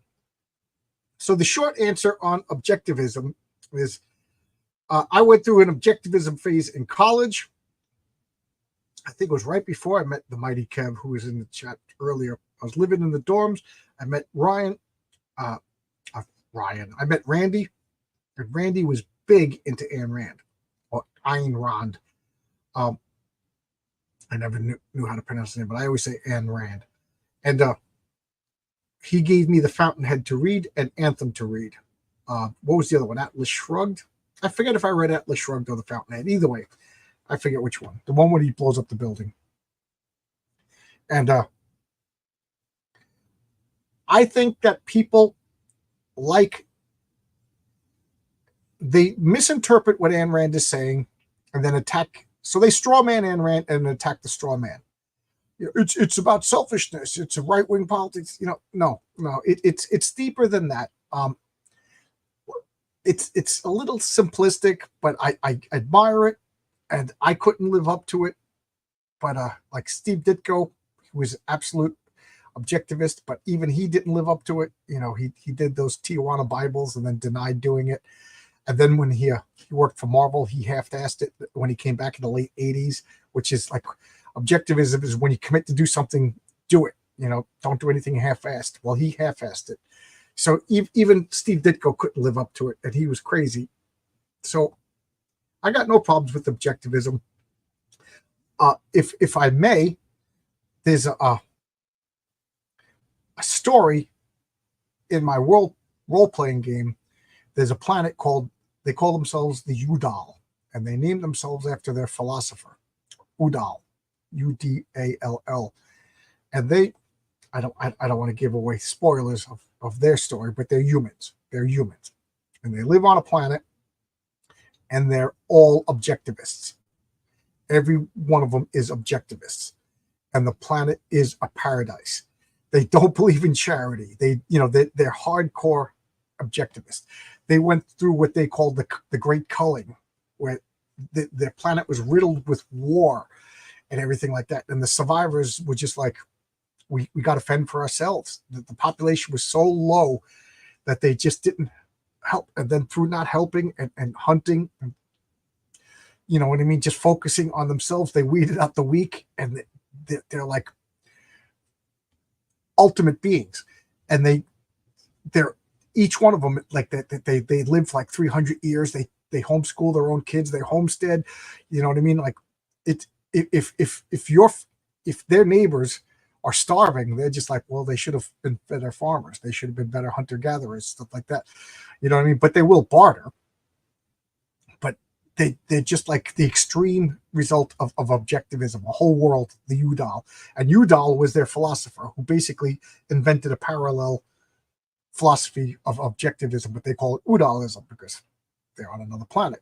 And they are what happens if the whole world follows objectivism for thousands of years.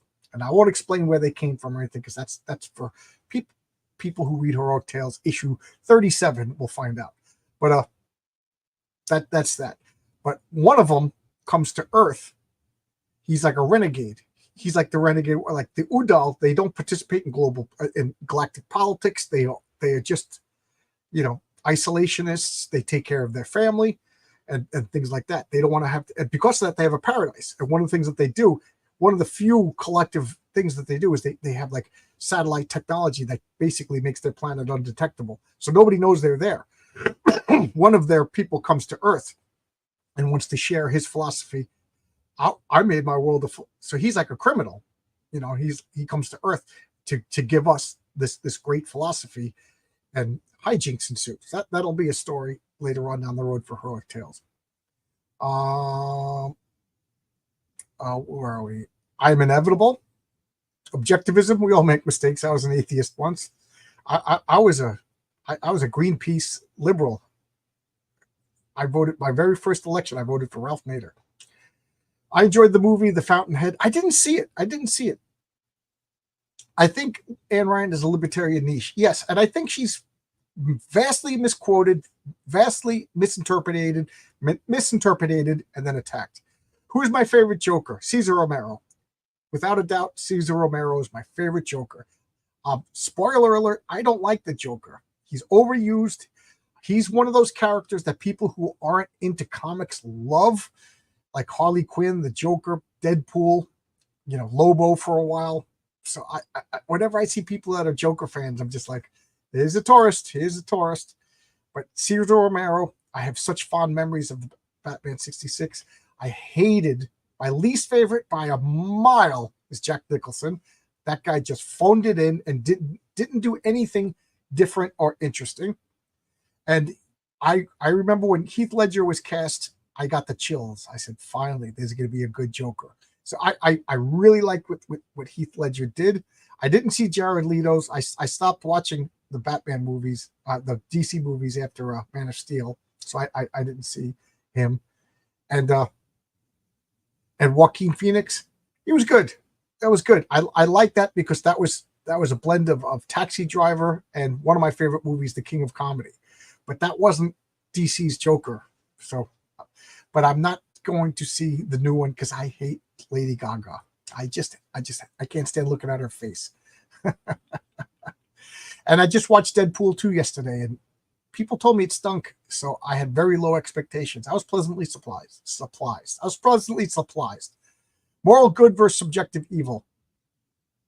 Man, this is getting heady. I have a problem with deriving an ought from an is the way secular philosophy does. This is getting too heady for me, guys. I just want to talk about the Human Torch over here. Observing what is does not explain why things ought to be in a certain way. I agree. We need to invite RJ from the... Oh, man. Okay, I thought there was a crack in my screen. Sorry, but I almost panicked. And it looks like my shirt is blurry. It's just the light. I have a Watchmen shirt on. Yeah, we need to invite RJ on here. This is getting theosophical. And I'm basically an extra chromosome guy. John, are you a fan of James O'Barr's The Crow? No. Why? Because I never read it. And there was this kid named Tom that I went to college with. Kevin knows Tom, I think. And Tom was obsessed with The Crow. He would dress like The Crow. On Halloween, and weirdly when it wasn't Halloween. And because of that, I just couldn't get into The Crow because of Tom. Now, Tom had mental problems. Tom was a sweetheart. And Tom's father came from California. Tom lived in California, and he came to Albuquerque to see how his son was doing. And Tom was homeless. And I took in Tom, and he lived in on the floor in my apartment for a while. Tom's father thanked me. Tom would not go home. But I just associate The Crow with Tom. I know it's a childlike thing, and I need to get over it and actually read The Crow. But I tell you, this new movie looks horrible. I should watch the Brandon Lee, but I just, because of, you ever do that? I'm a crazy person. I just realized my Coke is making reflections on the screen. What's hate? Down with the sickness. Tom sounds like he eats at Goth Hooters. Believe it or not, me and my wife, we more than one night, we scored the internet to see if Tom was still alive or not. Because when I left Albuquerque, he was homeless. All you can eat special at Goth Hooters. What would you get at Goth Hooters? What would they serve? Like instead of chicken wings, they would call them bat wings. Let's all go to Goth Hooters. So here is In some other place, in some other time, Ben Grimm is snoring. Ben Grimm wakes up to the sound of his kids, and here comes Alicia. Breakfast is ready. Loving family. Ben is checking himself out, shaving. He's going to work. He's got the greatest business partner in the world. And he looks in the mirror and he sees this horrible visage and he freaks out. Alicia comes in and says, "What are you talking about? We've always been married. We have 3 wonderful kids. What are you talking about?" He goes to work. He goes to work and he sees the Fantastic Four saves the universe. They got masks, they got capes, they're drawn like image characters. And, he meets Roberta, but she's real. He goes to RG Industries, Reed Richards Grimm Industries, and he's working, and then he sees an eyeball is watching him, and he's freaking out. And then we have Dragon Quest, which was an upgrade from Hero Quest. I never played Dragon Quest, but I did play Hero Quest. And then it all makes sense. What's going on is this is the world that Alicia Masters is creating for herself, that Aaron, the Rogue Watcher, is observing. So there is a simulacra of Ben Grimm, and even the simulacra of Ben Grimm can't be compromised too much. So now I love this. Stand back. I have come for Alicia Masters. So we got Owen Reese, the Molecule Man, challenging a Watcher to free Alicia Masters. This is just comics. And then we got, it's pouring raining out in Manhattan. We got Spider-Man going through like Times Square looking for Johnny Storm. And he's saying like his spider sense isn't bringing him to Johnny Storm because Johnny Storm isn't in danger, and it turns out that Johnny Storm is just hiding. He's hiding from the police. He's hiding from Spider-Man. He's just hiding from everybody. He done effed up, Aaron. He done effed up. And what is true to form? J. Jonah Jameson hires Silver Sable and the Wild Pack to get Johnny Storm. There you go. The Wild Pack. This is just, everything in the 90s thrown in this comic. Everything in the 90s. So now we got 373 to hunt a fugitive. So let's check out the chat. Damn, that's hate. What did I say? That's heat. Are you a fan of Wagner's Grendel? Yes, I love Matt Wagner. When I first read Mage, I was first turned on to him from Mage when I was working at the comic book store. Larry, the guy who owned and ran the comic book store, he turned me on to Mage, and I loved it.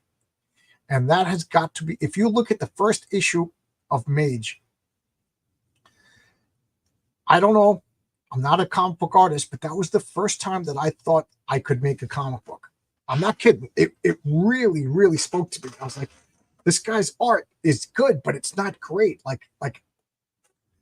I drew a lot. To the point where some of my friends would say that I had artistic talent. I do not have any artistic talent now. It deteriorated. But at one point, I was like one of those guys in your class that you're like, wow, you could draw really well, So I was like, I could make my own comics, and so I really, really liked Mage. And then from Mage, I got Grendel. At the first series, I got the 4-issue series of Grendel. And then the Komiko Grendel by the Panda Brothers. Oh, that is so good. So good. Matter of fact, I just reread that 12-issue Panda Brothers Grendel. That is so good. And then I got all of the Komikos, and I forget where it went after, but somewhere along the line I stopped, and then every couple of years I'll just buy a bunch of Grendels and catch up. So I'm a big fan of Grendel. I've been trying to get Matt Wagner to come on my channel. Big Plate of Depression. Oh, at Goth Hooters. Black deep fried pickles. I wouldn't recognize Albuquerque. Do you live there now? I left Albuquerque in May of 2000 and came back to New York just in time for the Twin Towers to be collapsed. Melancholia, the Infinite Bread Bowl. The celery of despair. Man, the Watcher shows up more often than the joke. If you meant the Joker. I forgot about the Wild Pack. Yeah. There is a lot. Marvel Comics used to be everything in the kitchen sink. I forgot about Code Blue. You forget about Damage Control.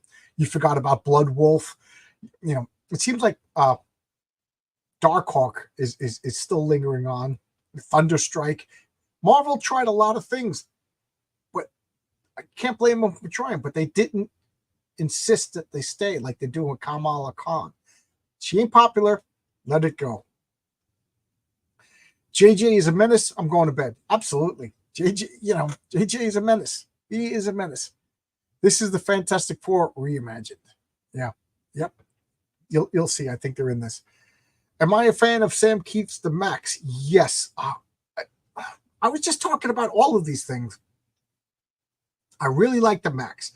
The Max was the first time Image Comics that I read Image Comics, and I was like, oh, this could be important. This could be important. Before that, it was just bubblegum 18, 19-year-old kids drawing crap, late comics. But I remember, I think it was like around issue 8, issue 9. I was talking with the Max with somebody, and they brought up something about the Max. And I was like, did I miss an issue? I didn't recall that. And then I went back and I saw that I had every issue. And then I reread it and I was like, I got to pay attention. This is more than just the surface level story. This may or may not be like, a damaged person, like telling something else through like traumatizing image. So I was like, okay, this is to be read at a different level. This elevated Image Comics to me. So yes, I'm a big fan of the Max. I'd like to go back and reread it. Oh, Lady Gaga. I don't like. Yeah, I don't like Lady Gaga. I don't know what it is. She never did anything to me. I just don't like her. Don't like her face. Don't like her music. I just don't like her. Same with Pedro Pascal. I had a friend whose mother hated Joyce DeWitt. And it's like if Joyce DeWitt was she was the other one in Three's Company. There was Jack Tripper, there was the rotating blonde, and then there was the plain looking brunette. She was the plain looking brunette who never left because she was the plain looking brunette. If she did a lot of like commercials, and one of the commercials was legs. That commercial would come on. My friend's mother would be like, "That's it, my day's ruined." Joyce DeWitt. and my other friend, his grandmother. If anybody ever mentioned Maury Amsterdam, she would be like outraged. The point makes me think that like he must have broke her heart back in the 30s or something like that. But anyway, let's open up this comic. Matt Wagner. The storm is caused. I'm anticipating problems with the internet. I think Matt Wagner used markers for his inking, so his art had a real. You're probably right. You're probably right. As a guy who managed 2 comic shops, it's pretty clear that people who read comics but can't draw like the art that they think they could accomplish. Yeah. Well, I mean, I like Todd McFarlane. I like, John Byrne, George Byrne. I could never in a million years accomplish it. Yeah, but there was something about that first Mage that was like approachable, My folks live in Albuquerque. Crime has increased exponentially. Oh my God. Really? Because it was bad. It was bad when I lived there. But why should Albuquerque be exempt from everywhere else? I left Queens because of crime. It was very common to have guys come in with sketchbooks of indie. So that means, yep. Reimagined. Gordon Good Brothers laughing. Joyce DeWitt all day. I don't have any problems with Joyce DeWitt. I don't have any problems with her. It's my friend's mom, who she also passed away. So she's in the afterlife explaining to Joyce DeWitt why she hated her. All right, so let's check out Dr. Doom enters. So Dr. Doom is entering. Things are gonna get turned up to 11 when Doctor Doom shows up. So look at that. This is comics right here. Look at that panel. You got Doctor Doom's human toadies just like sucking up to him. You got the unnecessarily complicated device. Who knows what we got? Tubes with Kirby Crackle inside of them, you know, and Doom is just making demands. Is it ready? I demand perfection. I want the ultimate power, you know, and you know, you will, if you follow my orders to the letter, if you follow my orders to the letter, I will have ultimate power. You know, and he's like, I fear that mankind will soon be trembling beneath the master's boots. You know what I mean? So these people are terrified. These people are terrified.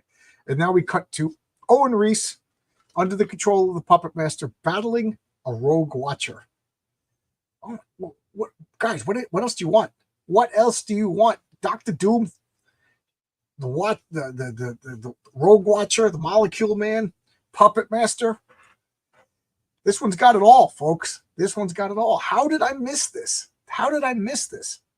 You know, and so he's like, oh, let me see this. So we got the Watcher just waves his hand and the mountain explodes and rocks are coming at him. And he's like, I like the trick with the boulders. Too bad they'll never reach me in that form. Face it, space guy, you can't harm a guy who could bend every molecule, every iota of matter to his will. Take these clouds. On a whim, I can transform them into solid steel. Oh, I bet that's smarts. You know, and then he turns around. The Watcher is someplace else, and the trees attack him. Trees, why did it be my big mouth? Why did I mention that I can't control organic molecules? And then we got chubby baseball players. John Kirk, chubby baseball player. And then we cut to, I'm just going to go a few pages, and then I'll address the chat again. Ben Grimm waking up in the middle of the night. Sexy Alicia. He's going GR. I said RG, but it's GR. Grimm Richards. There's Reed Richards explaining to him, like, listen, I have the same dreams, but I go to a psychiatrist. He's like, well, I ain't crazy. You know, Ben's more of a man. He's like, you calling me crazy? They start fighting. Ben reads stretchers, and he turns into the thing. And then Sharon, the third person in the, I must point out, they went into the cave, they saw Alicia, and when they touched Alicia, they got sucked into her dreams. So this is literally Ben. So Sharon's like, how did I break this coat rack? What's going on? You know, what's going on? You ruined everything. Alicia shows up because this is her fantasy. Says, you're ruining everything. And then what happens? The Image version of the Fantastic Four show up. So I love this. They got capes. They got the big Fs. They got masks. And hijinks ensue. So speaking of Stu, we're back to Hoochie Sue. I will address the chat. So I was never a fan of John Byrne's writing. Really, I like John Byrne's writing. I mean, John Byrne wrote great Fantastic Four, wrote Namor, Next Men. Yes, he you know, he learned from the purple prose from Chris Claremont, but I like John Byrne's writing. Gordon Good Brothers asking the important questions. Mr. Roper or Mr. Furley? Mr. Roper. Norman Fell all the way. You know, Norman Fell had that, like, you know, they would say something to him like, hey, why don't you make ham? Why don't you make ham? Because you're a pig. And then he goes and looks at the camera. He was Mr. Roper and Deadpool are the only people who could break the fourth wall. Okay? I'm saying it right now. Dr. Doom defeated the Beyonder. Quite a badass. Yes. I have a problem with that because I have a problem with everything. Is the Beyonder just a being that's powerful, or is the Beyonder, I just turned into Brooklyn, is the Beyonder power incarnate? Like, even as a kid, when I was reading the Secret Wars, spoilers, Kelsey, if you ever come out of the swamps, to steal all the power from the Beyonder, wouldn't you become the Beyonder? Like, that's, to me, would have been like, Dr. Doom takes all the power of the Beyonder. And then you turn around, he's the Beyonder. Dr. Doom is just consumed by this power. You know what I mean? Because the Beyonder is not just a human consciousness with infinite power. The Beyonder is power. Am I making sense? So that always bothered me that Doctor Doom siphoned off all the power of the Beyonder. You know, see, those green and purple color schemes are for villains. Miss Marvel. I used to think that too. Purple and green, I thought was a villain color until I realized the Hulk is purple and green. So I always said that purple and green is destruction. You know, but I agree. Purple and green is a villain, and I guess it works for the Hulk. Doom was always a great villain. Yes, Doctor Doom is one of the best. No, Doctor Doom is the best comic book supervillain. I'm calling it right now. Calling it right now.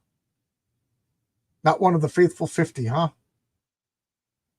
I don't know what that means.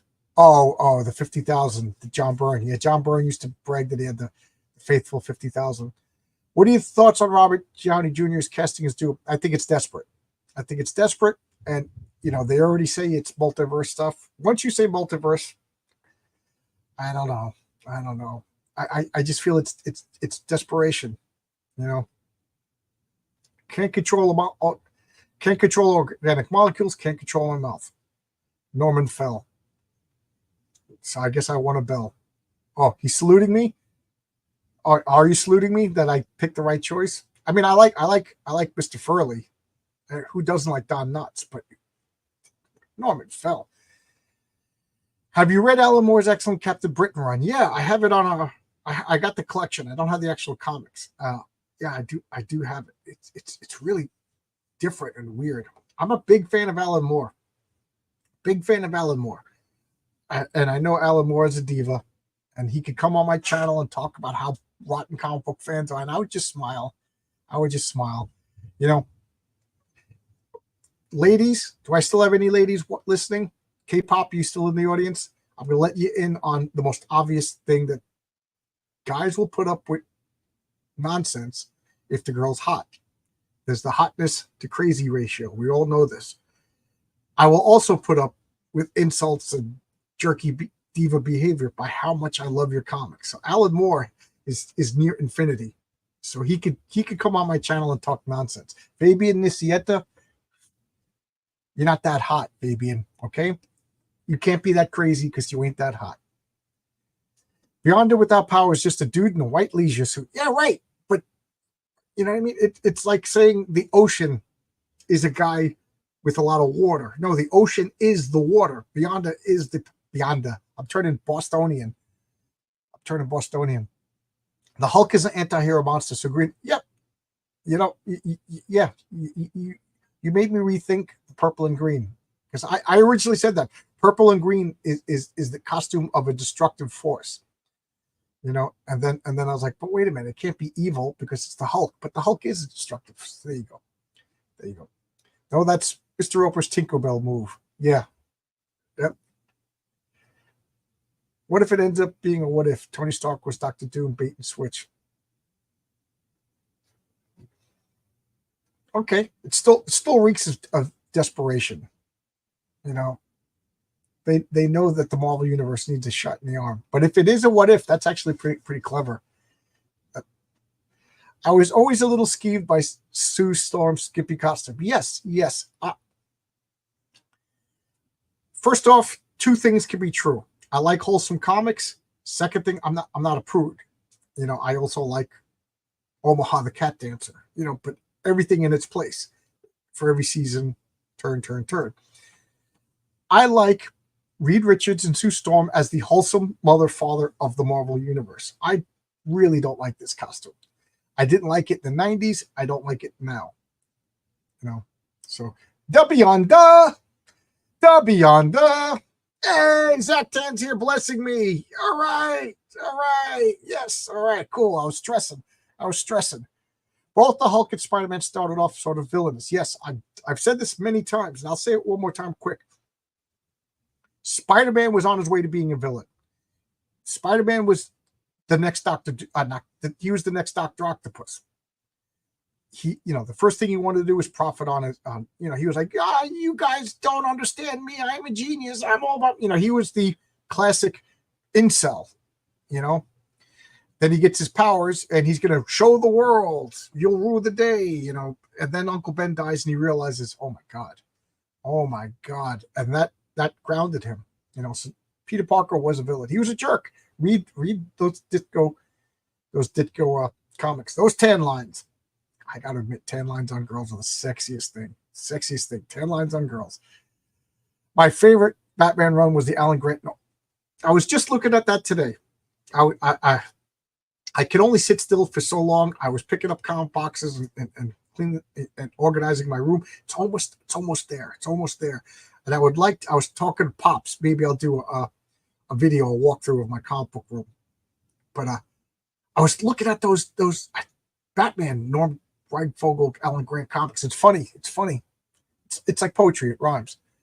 It's better than when Sue wears the jacket. Yeah, I did not like the jacket phase. Although I do like when they go to polar regions and they wear like blue parkas with an F on them. I kind of like the fact that like the Fantastic Four, they'll wear like appropriate, because she did wear like a parka, not a Peter Parker, but a parka when she was in the Alpha Flight comics, when she went to the Great White North.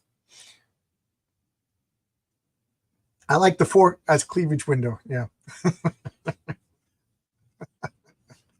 So what do we have here? What we have here is failure to communicate. So we have Sue. She's acting as the lead in the legal proceedings. She doesn't want her brother to go to prison. Does anybody? So this is where time is wonky in this comic book. Now, I'm thinking of this stuff now because I'm making a comic, and I'm talking with an editor who's making me like the time this, the time that, you know what I mean? So I'm thinking of this now.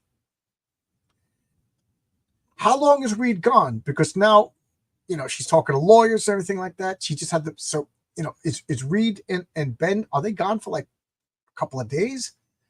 I don't know. They don't really talk about it. So it's comic book. The time is wonky. So she's saying, stop all the construction. We got to buy off Empire State University. Whatever it takes, buy them off. Make this go away. Johnny's not going to jail. And there's Matt Murdock saying, like, is this wise? Like, how can we settle? He's still a fugitive. She's like, I don't pay you for excuses. I want results. And Gordon Goodbrother says that what's her name? Why can't I think of her name? Not Misery, but she's coming back. So this evil, psychotic, dark Sue is making her way back. So, they're the two lawyers. They're going back like, we got to do what we're told, and Matt Murdock, being Daredevil, is like, she's under a lot of strain. So, enter Matt Murdock, so I just love this. This is just like every Marvel character. So we got Silver Sable, and she's just I love this. She's already talking to Spider-Man, and Spider-Man is like, how did you know I was here? And she goes, I knew you were here because you're buddies with Johnny Storm. So I knew you'd be. So she's over here talking. I'll give you part-time, pay, blah, blah, blah, blah, blah. And he's like, how did you know? Because you're friends with Johnny Storm. You're a good guy. He goes, I don't care about your personal relationship. She goes, and I don't care if he's innocent or guilty. I just have to capture him. I capture him. That's for the courts to decide. I'm a mercenary. And he's like, you're cold,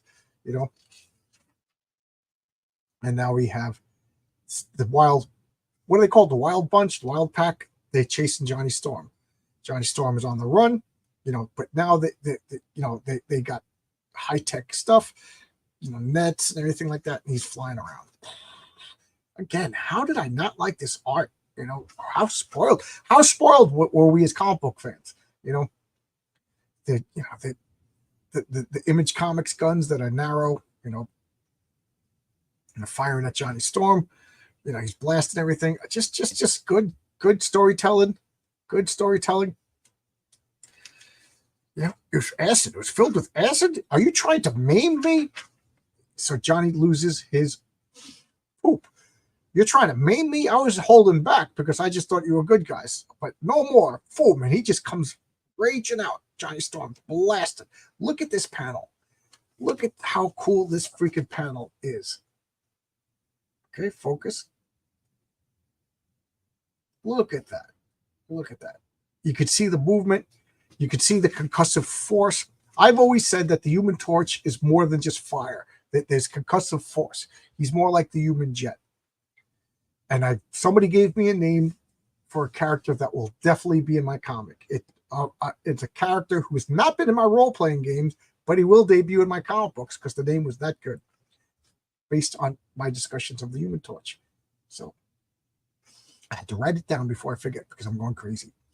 So now he's fighting all these guys, taking out helicopters. And then we cut to the other storyline, Molecule Man versus the Watcher. Guys, this is awesome. This is awesome. But let's check out the comment. It's almost there. God bless you, Kook. Me? All right. Am I a fan of Jim Lee's Fantastic Four run? Was that the Heroes Reborn? When you talk about the Heroes Reborn, I know this is blasphemy, but I like that run. I like that run because they tied it all into Galactus. They took the whole Fantastic Four and bent them around Galactus, and it worked. It worked. That Jim Lee's run, Heroes Reborn, should be the Fantastic Four movie. The Mole Man, Galactus, Silver Surfer, it was all tied together. That was brilliant. Yeah, so there you go. That was the only Heroes. Don't tell RJ I said that. Don't tell RJ. He'll cancel Comic Book Team Up. But that was the only Heroes Reborn run that worked. And we all like Jim Lee's art, but I don't like Jim Lee's New 52 designs. The DC Comics, when I was talking about Doctor Strange versus Dr. Fate, somebody said that they liked how the DC superhero costumes were more simple, and I got to agree. So when they took all those simple 3-color designs and added lines and belts, and I didn't like that. Will we see a Dark Mary Sue? No. We will see Mary Sue faced with dilemmas. I'm trying to dance around this, but I'm not going to copy Dark Phoenix. No. For those of you who don't know what we're talking about, Mary Sue is my comic character that will be debuting in Heroic Tales #2. And let's see, do I have any images that I could just bring up? No, because I'm not smart. I'm definitely not smart. But she will be debuting. Jose Garcia already drew the variant cover. Oh, it's so good. And Renzo drew the regular cover already. I just got to put the dressing on it, and I'll start showing everybody. Dressing meaning Heroic Tales and all that stuff. But she has the power to manipulate probabilities. So she doesn't want to use her powers. But the temptation to use her powers is always there. And there's going to be situations where it's just so tempting to use those powers. Again, like all my comics, you're going to be dipping your toes in, and I hope you'll be with me to let I can't just drop Thanos in, and that doesn't mean anything. So it'll start out light. I already know what my criticisms are going to be. The stakes aren't too hard. Yeah, I'm starting out slow, and I'll amp it up. Starting at 1, and we'll work our way to 11. Johnny going full Travis Bickle, falling down. Bless you. Did you guys see Critical Drinker talk about falling down? He really I always liked Falling Down, but I always thought the ending was bad. But he really made me rethink that movie. I got to watch that again. My favorite movie soundtrack. That's a like soundtrack, like songs that are in a movie, or like music made for the movie. Because songs that were in a movie, Repo Man, oh man, that's like one of the only soundtracks I bought and listened to over and over again, because there was all these great punk songs. But so I guess by default that's my favorite. But as far as like music that goes in a movie, I really am a fan of the John Williams Star Wars, and why can't I think of the guy's name who did the Peter Jackson Lord of the Rings? Am I a fan of Public Image Limited? Yes, I am. Yes, I am. I'm a very big fan of Public Image Limited. And the funny thing is the first Public Image album is one of only 2 records that my father ever told me to turn off. My father was very patient with me in my experimental music phase. The first Public Image record, he said, "This is awful. Please, John, turn it off." And the other record was Hootscadoo Zen Arcade, when he just opened the door and he goes, yeah, good music. Yeah, real good music, and shut the door. Gordon Goodbrother making faces. I don't know exactly what those faces were in reference to. I made him smile, and it's always good when I make people smile. How can I get invested in a character who doesn't destroy a few inhabited planets? You're absolutely right. You're absolutely right. Poor Mary Sue, what I'm going to do to this poor girl. People are going to call me a misogynist, but you won't get the consequences of her actions until her second appearance. So, but it's a complete story. Put the dressing on. Put the dressing on it.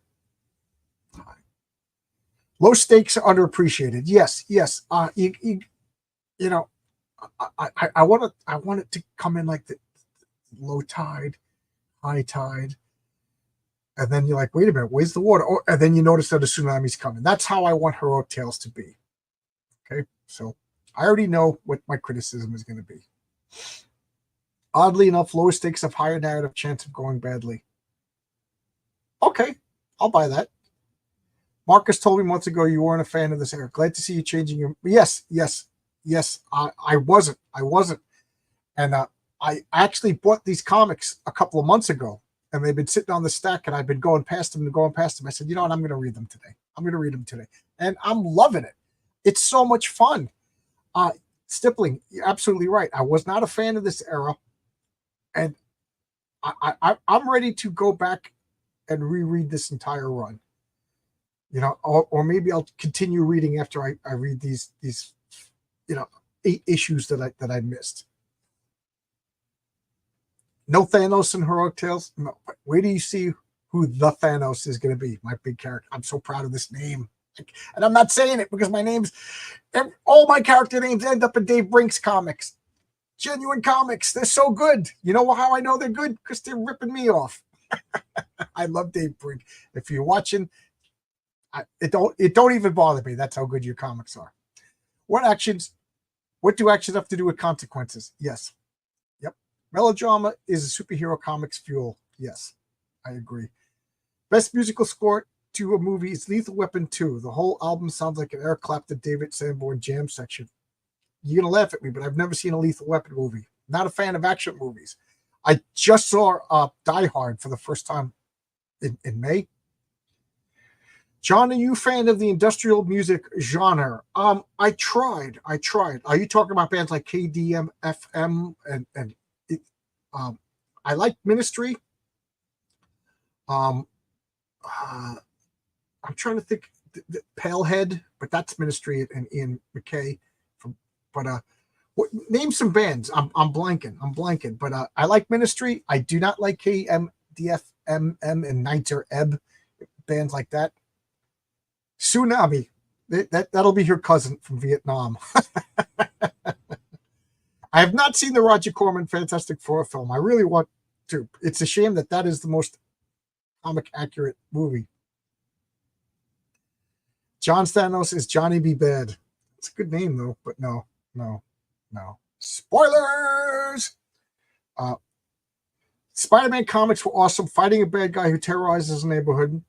Image ruined comics, but the 2000s ruined fans. Yes. I'm building up to maybe around issue 10. It'll be like a big galactic level threat. But if I start that right now, it means nothing to you. So it's starting out small scale. You already saw the first couple pages. The guy's robbing the bank. You know, things. I'm hinting at bigger things in issue 2.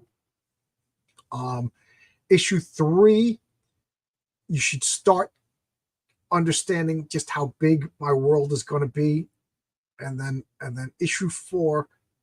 Well, but whatever. You'll get it. You'll get it. KM. Somebody told me that stood for Kill Motherfucking Depeche Mode. Is that the truth? But I never liked KMDFM. I never really liked that industrial type music. Like I said, Ministry is probably the most industrial I ever got. But Die Hard is a Christmas classic. 9 Inch Nails. casually. I'm not going to lie. I saw them a few times, but then they were, oh, wow. Flash warning. Holy, my phone is just going nuts. Look at this. Look at this. Emergency alert. Flash warning. Flash warning. So again, if everything just goes blank, you know why. I'm not a big fan of Nine Inch Nails, mostly because of a girl I dated who was crazy. Was crazy. The less I say about Paula, the best. Chemical Brothers. My niece loves them. I don't know them. I think I was too old. The Revolting Cocks. I saw them when they played Stony Brook. I have them. I have some of their. I forgot about that band. I have some of them. I have some of.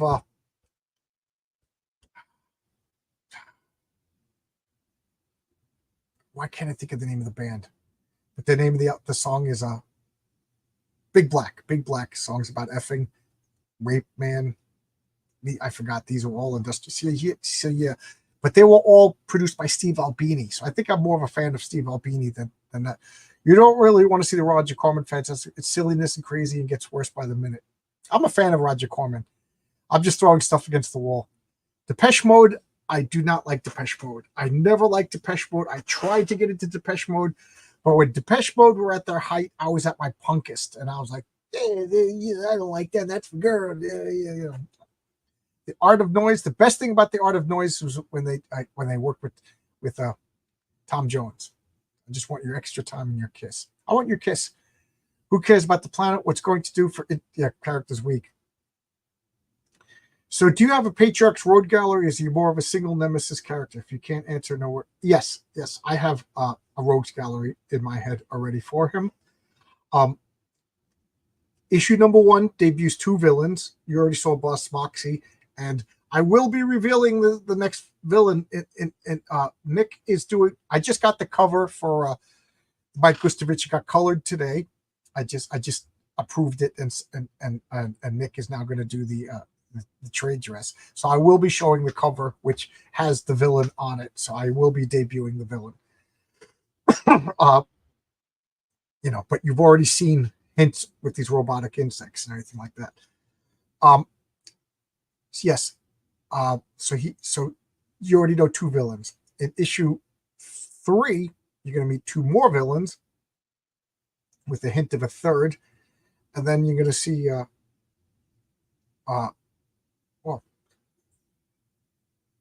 another villain, because he's going to debut in Unheroic Tales, and then issue 2 is going to have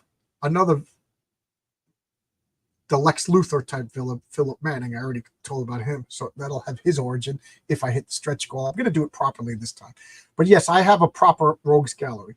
But even more importantly, you're going to be issue number 2, the Mary Sue story. You're going to see a lot of superheroes, a lot of the other superheroes that work outside of Science City, and things like that. I'm really excited. And then, so that's the Mary Sue story.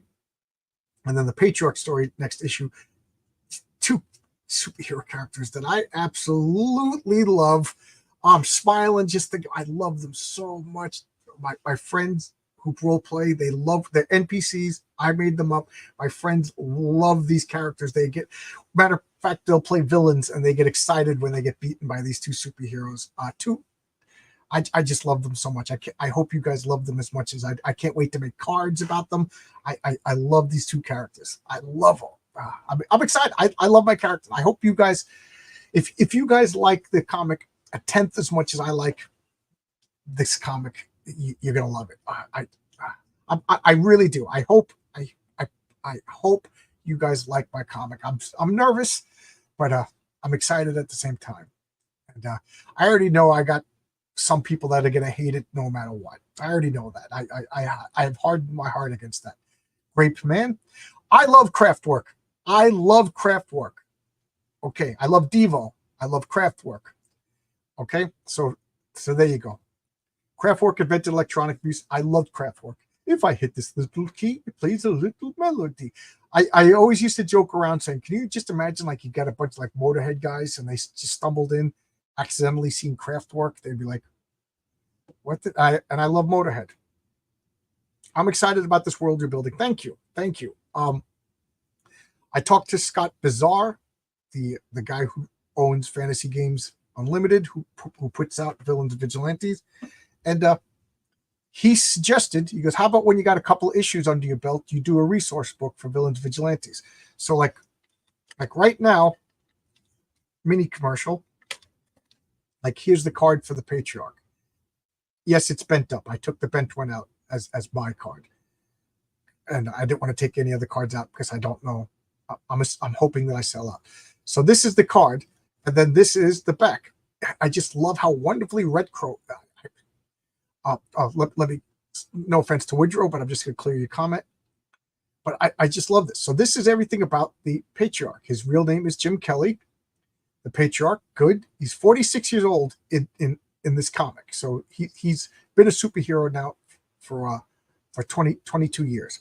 He's 20th level, 41 hit points, power, flight, telekinesis, and psionics, teleconsciousness. And of course, I don't have room to explain all that. But his weight, strength. So these are comparable to D&D. So he has a 17 strength and a 20 agility. His charisma is 19. What do you think I'm leaning towards? Paladin. That's what I'm leaning towards. Intelligence, 18. Endurance, 21. So his lowest stat is strength. Okay. Damage modifier, accuracy, carrying capacity. That's how much he could bench press. So he could bench press 716 pounds. Basic hand to hand, 1 die 8. That means when he punches people, he does 1 die 8 damage, considering he has 41 hit points, and his damage modifier is 5. So the least amount of damage he could do is 6. If anybody plays Dungeons & Dragons, this should make sense. And I'm purposely not telling you his origin. This is his origin up there. Okay. His movement rate, his power is how much stamina he has before he gets exhausted. In Villains and Vigilantes, you do not die until you have 0 hit points, 0 power. And healing rate. He heals 1.8 healing hit points per day. So I can't wait till I make cards for all of these characters. I love this. But when I do the resource book, if I get to there, I'll have a full-on character sheet. Everything will be written out. Everything. There will be nothing left that you don't understand. But by that point, it'll be a couple of years down the road. Before I go into this awesome Molecule Man Watcher fight, let's go. Numbers might be the biggest song in America by Kraftwerk. Which one is that one? Am I a fan of the Cramps? For years, I'm going to say for 17 years, the Cramps were my favorite band. I love the Cramps. I absolutely love the Cramps. And what stopped me, I still love the Cramps. But when I saw everybody and their brother listening to a Goo Goo Buck after the Wednesday Addams show came out, I was just like, they were my band, and now everybody likes them. So the Cramps are on the down low for a little while. If I hate it, I'll plan to hate read every issue. Thank you. Hate buy. Don't just hate read. Hate buy. John, is Punk dead? And if so, when did it die? It died 1993 when G.G. Allen died. Punk died in 1993 when G.G. Allen died. You cannot top G.G. Allen. I don't care your Matchbox 2020s or your Green Days. No, you can't out-punk G.G. Allen. He died in 1993. Put a bookend on it. Punk is dead. You can see I thought about that a lot. Why the purple? Not hating, just curious. Not a regular color choice. Because look at all the superheroes who are purple and green. The Molecule Man, villain. The Super Skrull, all the Skrulls, villains. Galactus. Purple and green is just this name. Even the Hulk at half the time is a villain. Name a character that's purple and green who's not a villain. And the answer is in this comic. Miss Marvel. Aren't there like 100 subgenres? Yeah, I don't care about the subgenres.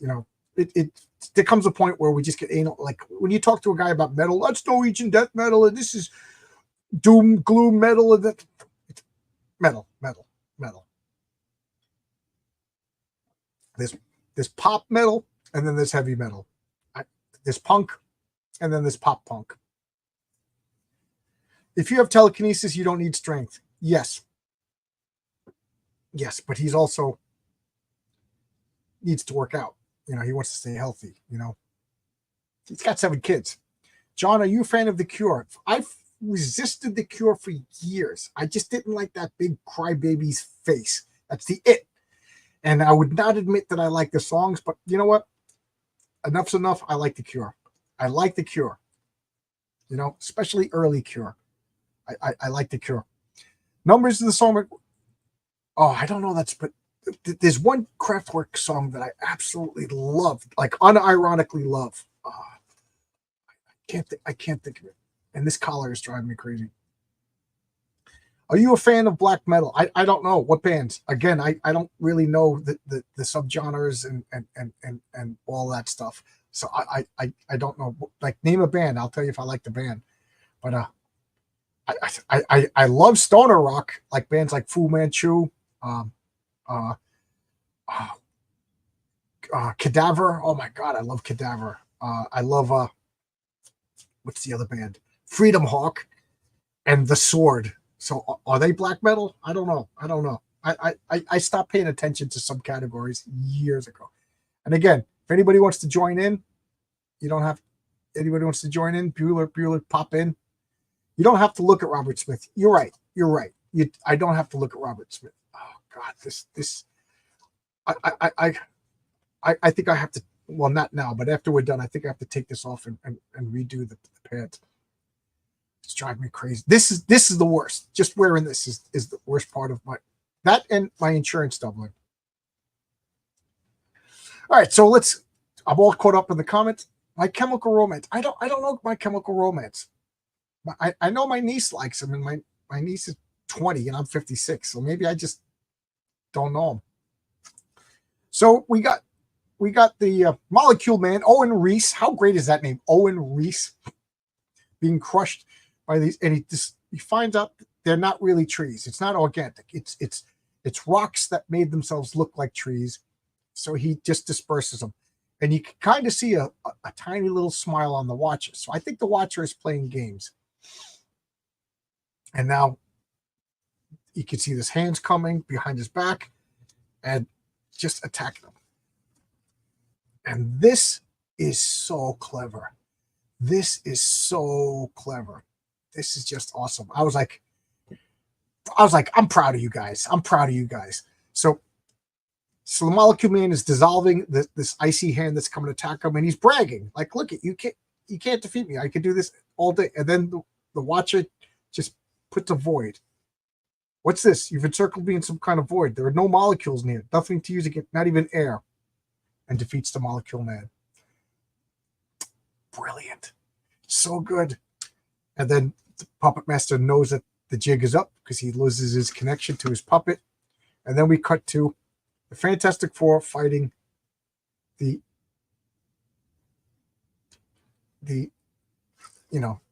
image version of the Fantastic Four. Look at Reed Richards with the cape stretching, just knocking them out. Boom. And Alicia's like, stop this. This is my fantasy life. You're ruining it. Miss Marvel grabs the fire hydrant and she just sprays where she hears sounds, and she gets she finds out where the Invisible Woman is and then knocks her out. And then Reed Richards is like, they have our powers, but not our expertise. So that they're able to beat them. You know what I mean? Because they're just like Alicia Masha made like illusions, living illusions, for lack of a better term. And she's scolding Ben Grimm. And he's like, how can you do this? We had everything. And what'd you say? I really do love you, lady, and I always will. And of course, Sharon Ventura, Miss Marvel, Ben Grimm's current girlfriend, hears this. Dun, dun, dun. Cue the dramatic music. So she walks off. She goes blind again because the illusion is shattered, and they are all free from the machinations of the Watcher. And what does that do? That distracts him. He's like, what? They're free? My little experiment? And then, Dr. Doom shows up. And steals the power of the Watcher. Just when you thought the story was over, they upped the scale. Now we got Dr. Doom with the power of the Watchers. That is just awesome. And we got baseball cards. And Sharon is just like, but Ben, did he mean that he loves her? Did you know what's going on? And she's like, we need to talk. He's like, this isn't the time to talk. This isn't the time to talk. You know, Owatu's watching Aaron, and Reed Richards is pleading his case to Owatu. What's happening? What's going on? She's blind again, so she's feeling depressed and helpless. And we got Daredevil.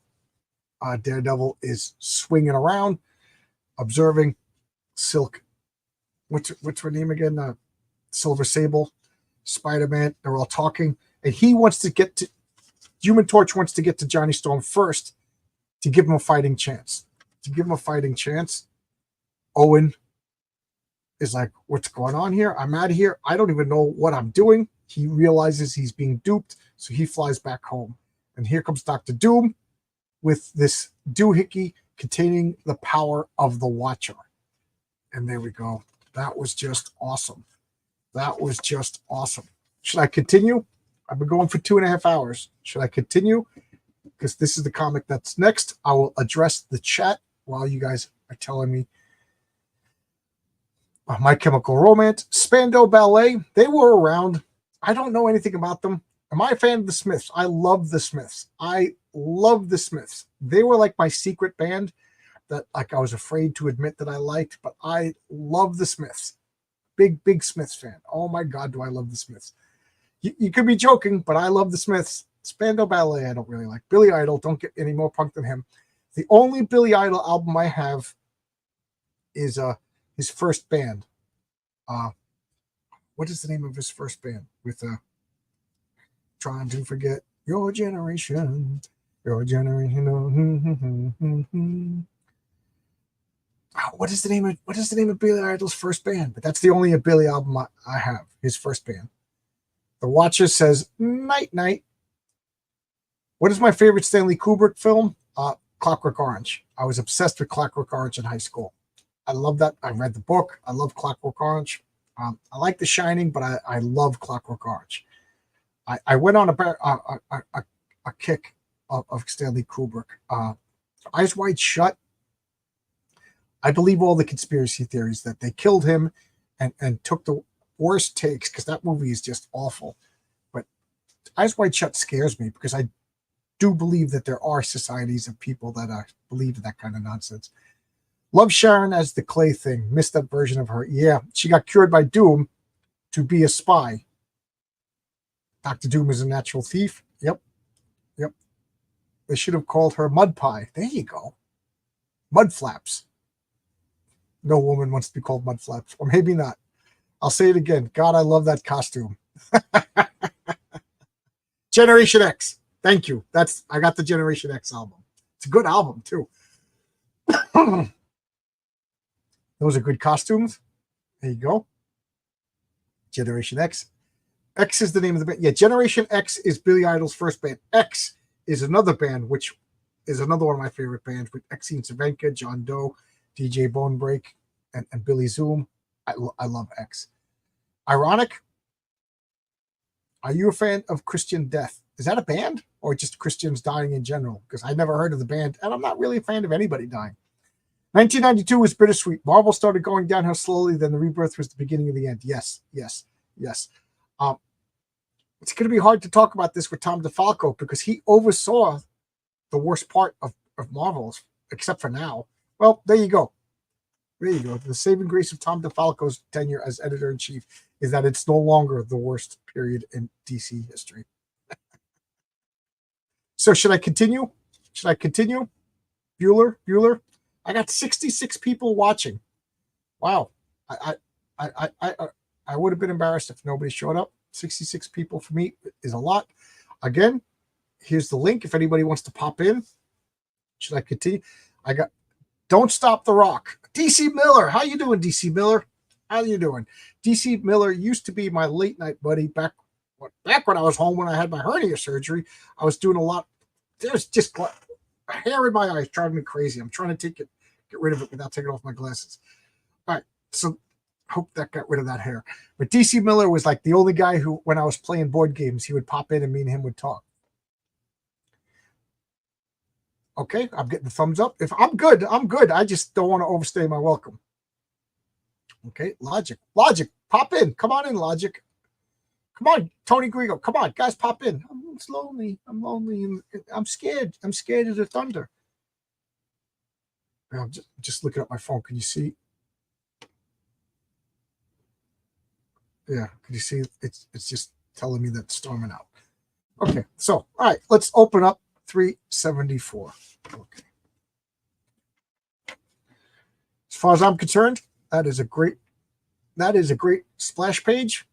Opening splash page, The Secret Defenders, Spider-Man. This is the same creative team. March 1993. All right, so we got Spider-Man. What's he doing? I love this. It's high time you showed up, Spider-Man. I do hope you have wiped your feet. Wong isn't fond of cleaning footprints off the ceiling. Why? Whose Wong is he talking about? He ain't talking about my Wong. He's talking about the Wong. Doctor Strange's Wong. He's talking about Doctor Strange's Wong. So Spider-Man is going to Doctor Strange to enlist a little bit of strange help. What's going on? Because we need to bring in the Human Torch with. So what do? You know, he's building a house of cards. The house of cards falls down out of tarot cards, and the one card that landed on top is the death card, Doom. I wonder why. Dr. Doom. Dr. Doom's why. So we say we need help. We had replacement Fantastic Four for a while. Could you summon them? So we're going to summon people that are generally helpful, like Wolverine, like the Hulk, like Ghost Rider. Yeah, they're known for their gentleness and helpful attitude. So he's assembling like the three most aggressive superheroes to bring Johnny in. What do you think is going to happen? So Doctor Strange goes and gets, he's getting them. Cut to, here you go. Some Hoochie Sue. Rock and roll Hoochie Sue. What's wrong with you, Susan? How could you? So Johnny accidentally set fire to Empire State University, causing millions of damage, and fled from the police. What's wrong with you, Sue? Oh, this is all my fault. Johnny was attacked by Payback and Devos and Legia that have killed him if he hadn't gone over, but I don't suppose that matters to you. Something has happened to Sue. Change her. She's become aggressive and downright nasty. And what's with that costume? This is Peachy. She recently. So he says, Ben, I love this. I love this. Doesn't matter that Johnny Storm is a fugitive. Doesn't matter that Dr. Doom stole the power of the Watcher. It doesn't matter that the Molecule Man and all this. Sharon says, Ben, this may not be the best time, but we have to talk. And what is he thinking? This is Peachy. She recently overheard me telling Alicia that I still love her. And now Sharon wants to know where she fits in. I ain't ready for that. Brain transplant. Anybody want a brain transplant? It's only $39.99. Let's address the chat. Do I like Maiden? No, I don't. I don't like what I call hair metal. I just don't like Iron Maiden. I respect them. There's a couple of bands I just don't like. Iron Maiden's band I never got into. Another band I just don't like is Pink Floyd. Just don't like Pink Floyd. And the band that I don't like, but I'm starting to turn, is Rush. I'm starting to turn on Rush, meaning I'm starting to like Rush. The Long Box is dark and lonely. I'm a very lonely. His Wang is strange. I cringe. I understand Rebirth. Characters not getting older. Origins in the 60s, 40s, 60s becoming unsustainable. But the Image guys forgot that comics are 50-50. Great art, writing, horrible. Yes. And I dare say we're seeing some of it in the indie scene right now. I will say that Dave Brink in Genuine Comics, he's got that. If you're looking for that real cool Image look, but with good writing, get Genuine Comics. I got some right here. No, I just recently redid the stack, and I'm afraid it'll tip over. But yeah, Genuine Comics. There's a comic called Shrine that I just got. That looked like an Image Comics, but actually had some good writing. There you go. What I'm trying to do is recapture like this era. I'm trying to recapture this era. And I have to say, in order to recapture this era, I have to up the word count. You know, you know, I don't want you to just breeze through my comic like Michael Bendis wrote it. Brain, yeah. If you want to talk about inflation, a brain transplant was real reasonable back then. Seems reasonable for a Doom assault. Marvel forgot who their characters were. They left Marvel and started Image. Some problem. Great. Yep. I think we all agree. John, have you watched the Decline of Western Civilization documentaries? Yes, I have. Yes, I have. Why can't I think of the woman's Penelope Spheris? Yes. Never expected you soften on Rush. Did I talk about it a lot? Because one of the guys at work is like offended that I don't like Rush. So I just listened to some Rush on the way home. I'm like, oh, I like that song. Oh, that's a good song. I asked them to pick like 5 Rush songs, and I played them. Dave Brink is a monster. Paul Rodriguez is also a monster. Yeah, they're comic book making monsters. When am I going to start the John's Jukebox channel? Well, I used to do Monday music. I should really come back to Monday music. If you look at my playlists, I have Monday music as a playlist. I should go back to it. Former comic pros have great art, but horrible writing. Yep. And I got crapped on for pointing out one of the instances of horrible writing. The Rush I liked was Rush Limbaugh. I haven't heard 2 words of Rush Limbaugh. I was never much into what pundits, is that the word? Right wing, left wing. I just don't want to hear people talk about politics. The world has always been awful, and it's getting awfuler. And I want to talk about comics. All right, so let's look at this. So Reed and Sue were fighting. We were battling a rogue. So he's Hal Voldemort. I got all these legal problems, and you're off doing God knows what. And he says, we were fighting a rogue watcher. And that's what. And what were you doing besides running around half naked in that ridiculous new costume? And then, Mommy, Daddy, you're fighting again. I hate when they do that. I want them to stop. So Franklin's eyes turn. That's never good. Agatha Harkness, control yourself. So she starts doing magic on him to calm him down. Subplot. Nothing stops the Marvel's X-Men. So her magic doohickey or doohammy puts him to sleep. I managed to subdue him and contain his anger for now, but on the next outbreak, what's next? So I love that. They say like mutant power versus just occult sorcery, which one will win? And now we got in Latvia. Oh, I didn't mean to turn on the light. In Latvia, we got, I just love that when you cross over the border into Latvia, it becomes like Hammer Films era, like time. I just love that. And they could see the lights and power flashing out of Doomstadt. And what do we got? Dr. Doom is working on armor that will contain the power of the Watcher. Just so cool. And it's all shiny and gold. And I love this. Your Supreme Sovereign is pleased for the moment. All of you go. I wish to be alone. So he wants to be alone. And this is pure ego in case it goes wrong. I love that. I love Malice. That's her name. I couldn't think of it. What are my thoughts on Mark Waid? Excellent writer. Horrible human being. He is perhaps the only comic book writer that I really have a crisis when I see his stuff comes out, because what he did to Richard C. Beyer is ridiculous. He created Comicsgate. He's the father of Comicsgate. I would love to have a sit down with him on my channel and talk and explain to him. I don't care what Ethan Van Sciver or anybody else says. Mark Waid is the creator of Comicsgate, and only Mark Waid can get you to. We are all Comicsgate until Mark Waid says otherwise, because he is the one who created it. Just like I can't stop being a Gentile until the Jews tell me that I'm no longer a Gentile. The Jews created the term Gentile. They control it. Mark Waid created Comicsgate. He controls it.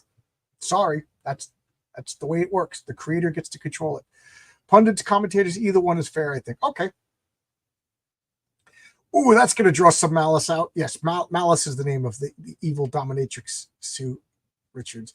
Wolverine, I like the pig sticker claws. Never a fan of the Ginsu knife claws. It's all Agatha all along. It's all Agatha all along. Cloris Leachman, rest in peace, should have played Agatha. Brilliant.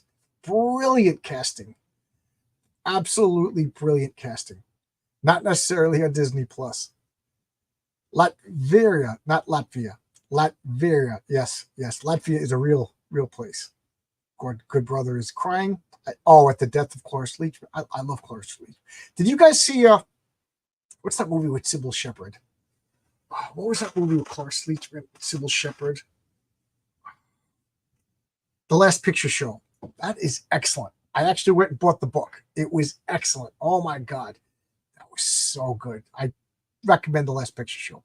Don't watch it with your mom. Don't watch it with your kids. But watch The Last Picture Show. Realistically, it makes some sense that at least one country would have a supervillain as their leader. Yeah, I always was fascinated by Latveria. And I love that when you cross the borders, it's like Dr. Doom controls it so well that fashion, the people are so backwards. I love it. Am I a fan of Barry Smith's Weapon X? Yeah, yes, I am. Excellent art. Excellent art. I'm rereading Marvel Comics Presents, where that was originally, because I had a bunch of missing issues. So I'm just about to reread that again as soon as I get a couple of issues that I'm missing. So we got to Doom over here. He wants everybody to leave, and the humans leave, and it's robots attending him because the subtext is that he doesn't want the humans to see if he fails, So he puts on this new shining armor. We got advertisements over here, and then we cut to the Fantastic Four is spreading out in this. Oh, I love this flying bathtub. They're going out looking for Johnny Storm. I love that she's got the jacket on, but her ass cheeks don't get cold. And they're going looking for him, and they're flying around, and Johnny's just hiding, watching them. Now, do you think Reed would have some sort of transponder that would pick up Johnny Storm? But then again, Johnny Storm would know and get rid of it. Johnny's like, I'm smelly. I need to shave. Oh, you can't see. Johnny's like, he's a fugitive. So now,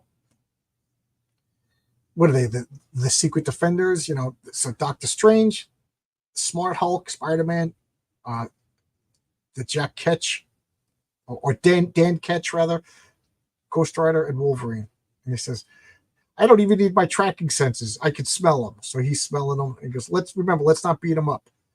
And he's like, who appointed you team leader? Instantly, they get super aggressive. And just as they find him, the bad guys find him. Lita's like, after all, though he was my husband and lover and he abandoned me in my unborn child, I should hate him, and yet I don't. Dun, dun, dun.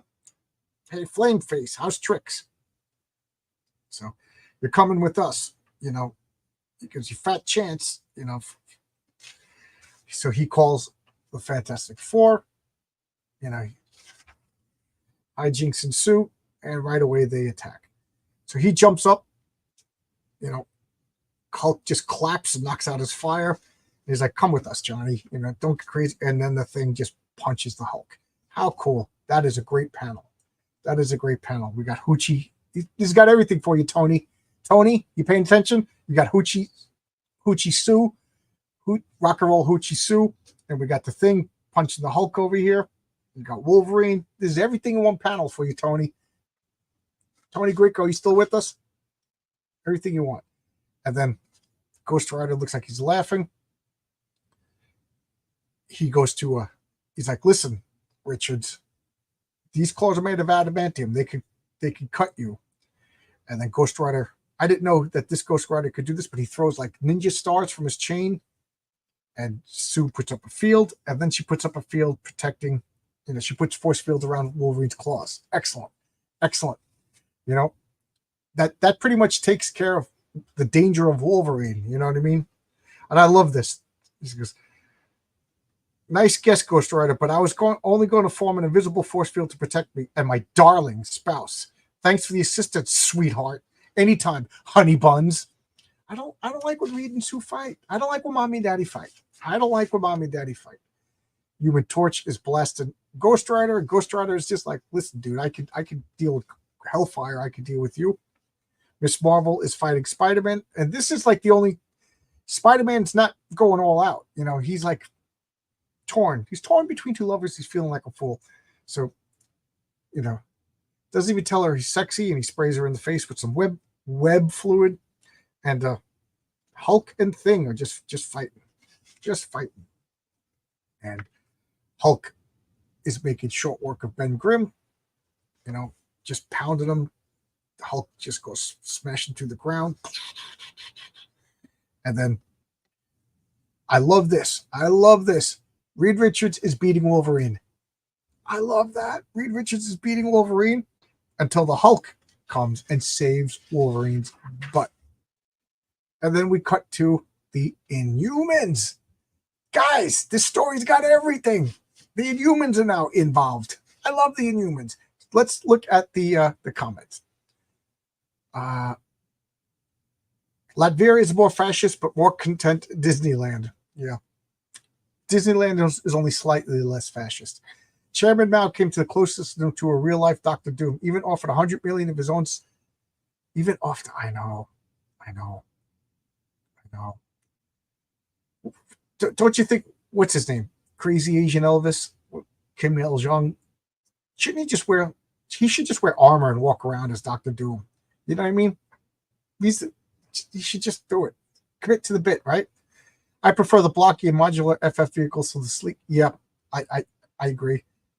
I like the flying bathtub. I don't think Duke has ever harmed Latveria, not misdirect. Yes, he has. He killed Kristoff's mother or father, I forget.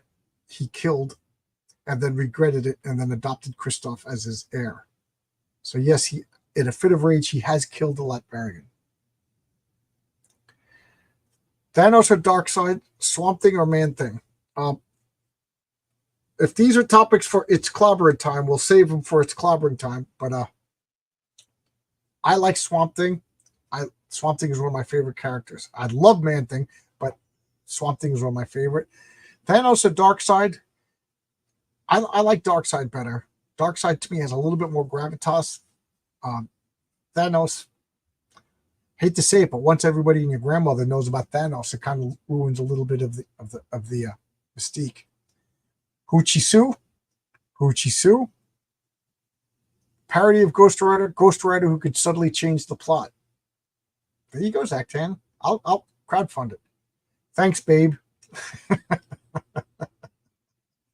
Apparently, Stan Lee loved Sue's look at the time.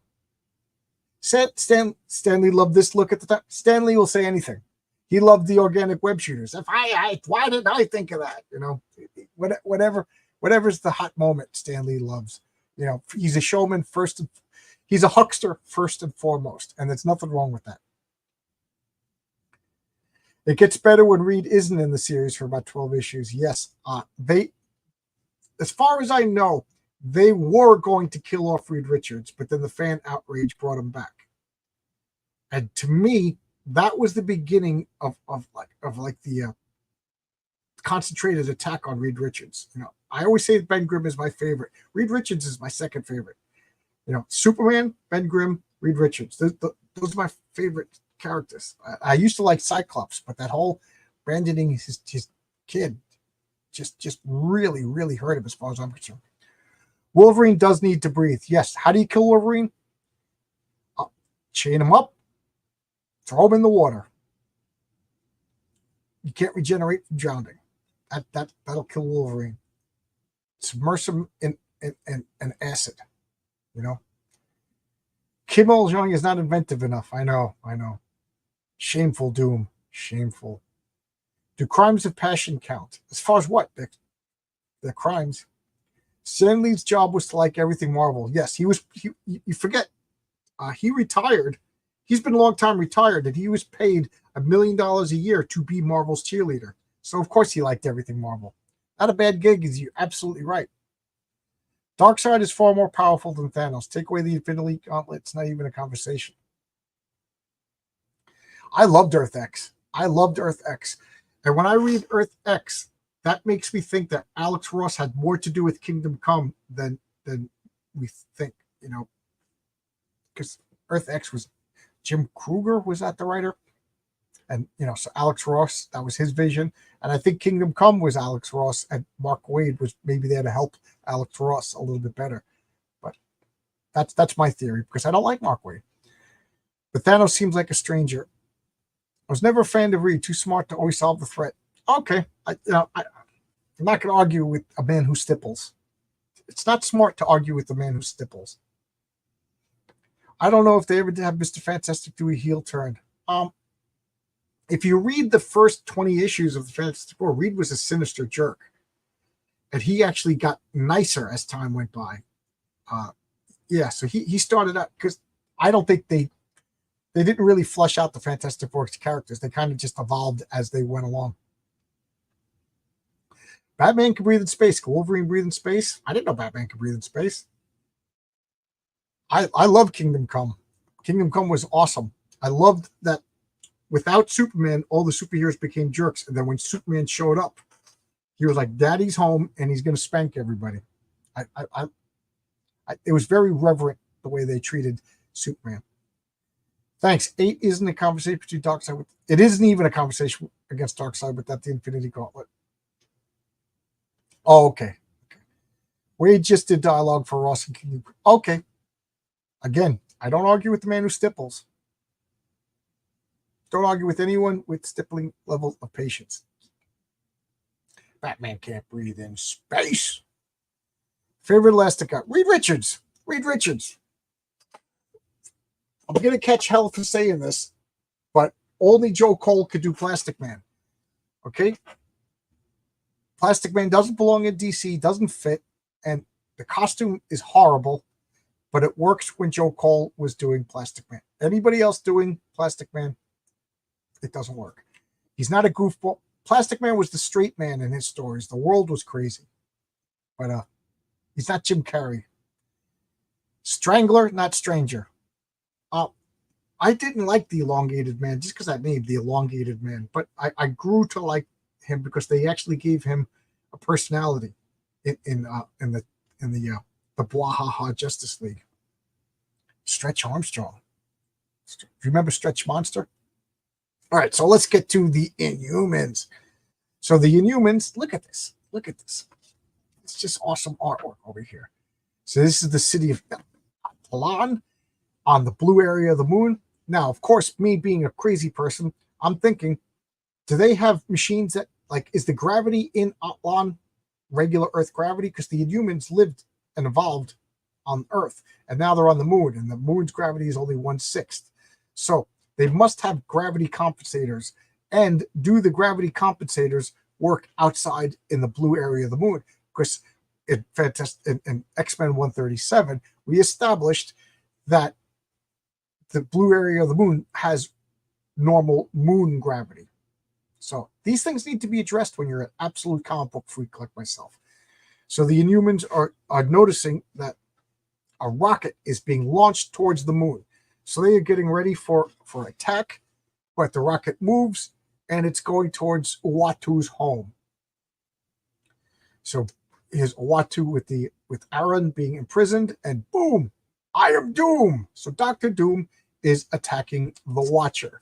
Why? Because Dr. Doom, he won't admit it, but he's a little bit afraid that the Watcher could, because he knows he took Aaron Watcher power, but he knows Uatu's there. So he's afraid that Uatu will seek revenge.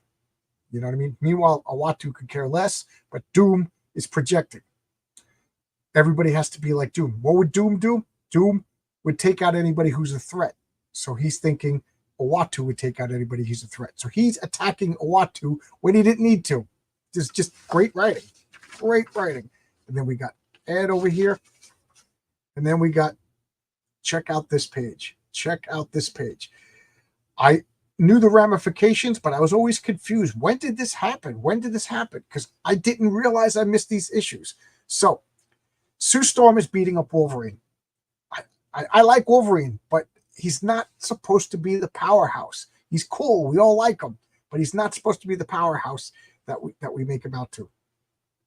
So he goes to stab Sue, and of course she has the force field, but the force field is invisible, so Ben is reacting like, you trying to stab Hoochie Sue? Nobody stabs Hoochie Sue. Do you see those titties?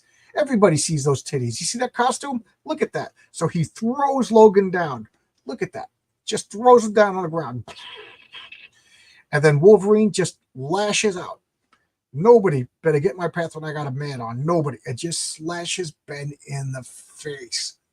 And then I love this reaction. I love this reaction. You freaking little psycho. Ben is just holding his bleeding face. And Wolverine's like, I done did something too much. I done went too far. You know? And he's like, that's a real shame because I mean this. That he just knocks Wolverine like into the next building. You know, he was holding back. Ben was holding back. Wolverine is out. Ben, you need immediate medical attention. Your face, it's horrible. How much worse could it be, Susie?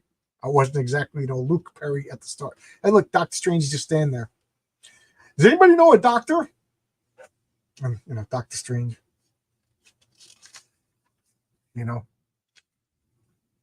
And what's going on? Johnny Storm is fighting Ghost Rider. They're just going nuts. And Johnny Storm is like, go to attack him. I'm going to use my penance there. I'm going to do all my cool Ghost Rider nonsense. And then Elijah the Laser Fist shows up. Elijah the Laser Fist. How embarrassingly bad. She's back because nobody hurts him but me. So they're just like, we're not buying this. She's betraying us, Pyback says. And then Devos goes, yeah, that's what Skrulls do. Skrulls betray. I got to take out Pyback. I love that. I love that. So all the bad guys are just turning on each other. So it's like, now we got to start with Wolverine is regenerated. Here's the Hulk over here, Ghost Rider, Spider-Man, Doctor Strange. And then boom, they all disappeared. He goes, be careful. Susan Richards may have turned them all invisible. He goes, no, I'd smell them. He goes, they look shocked. What happened? And Doctor Strange goes, I sense a power which took them was not of this world. It was one of their countless foes. I fear we may have seen the last of the Fantastic Four. How is that? That was an awesome issue. Awesome issue.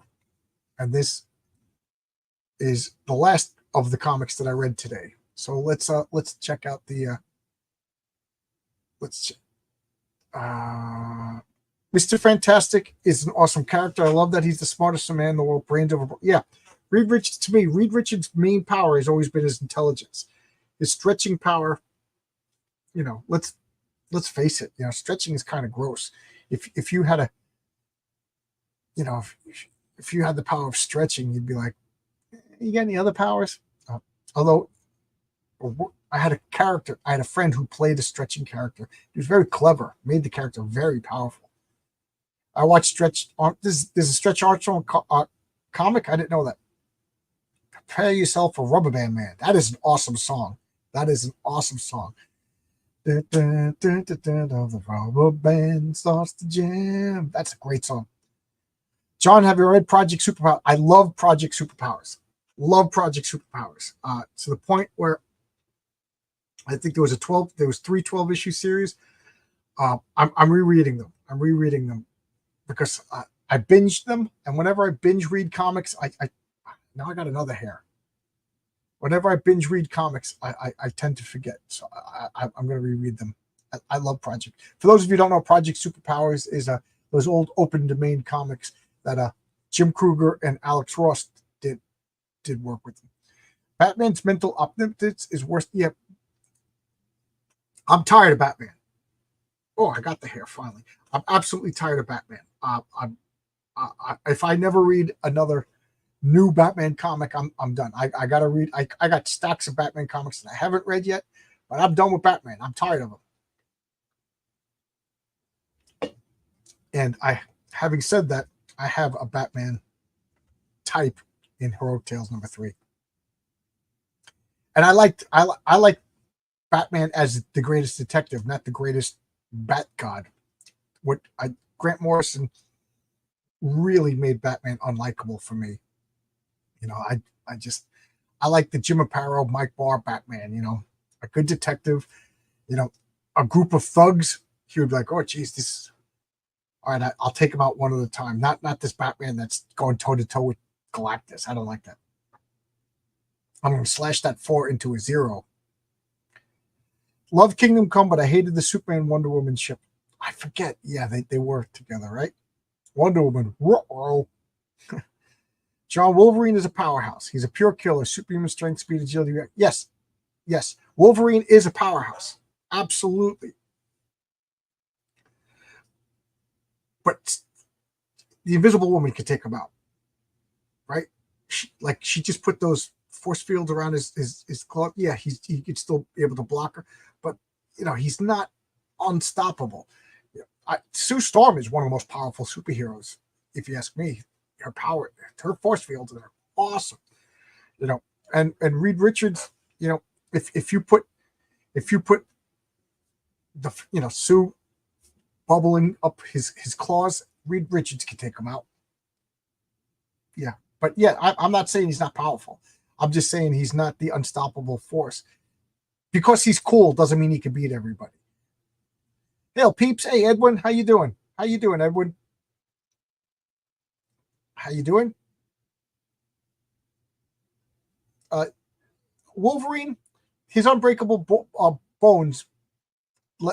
I think the Marvel Universe said that he could bench press like 600 pounds or something like that. But I don't think he's like the Beast is stronger than him. Since always, Wolverine has strength above a normal. Yes, but I would put him at like Captain America level. Like Captain America, the Marvel Universe says he could bench press around 800 pounds. I would put Wolverine probably around there.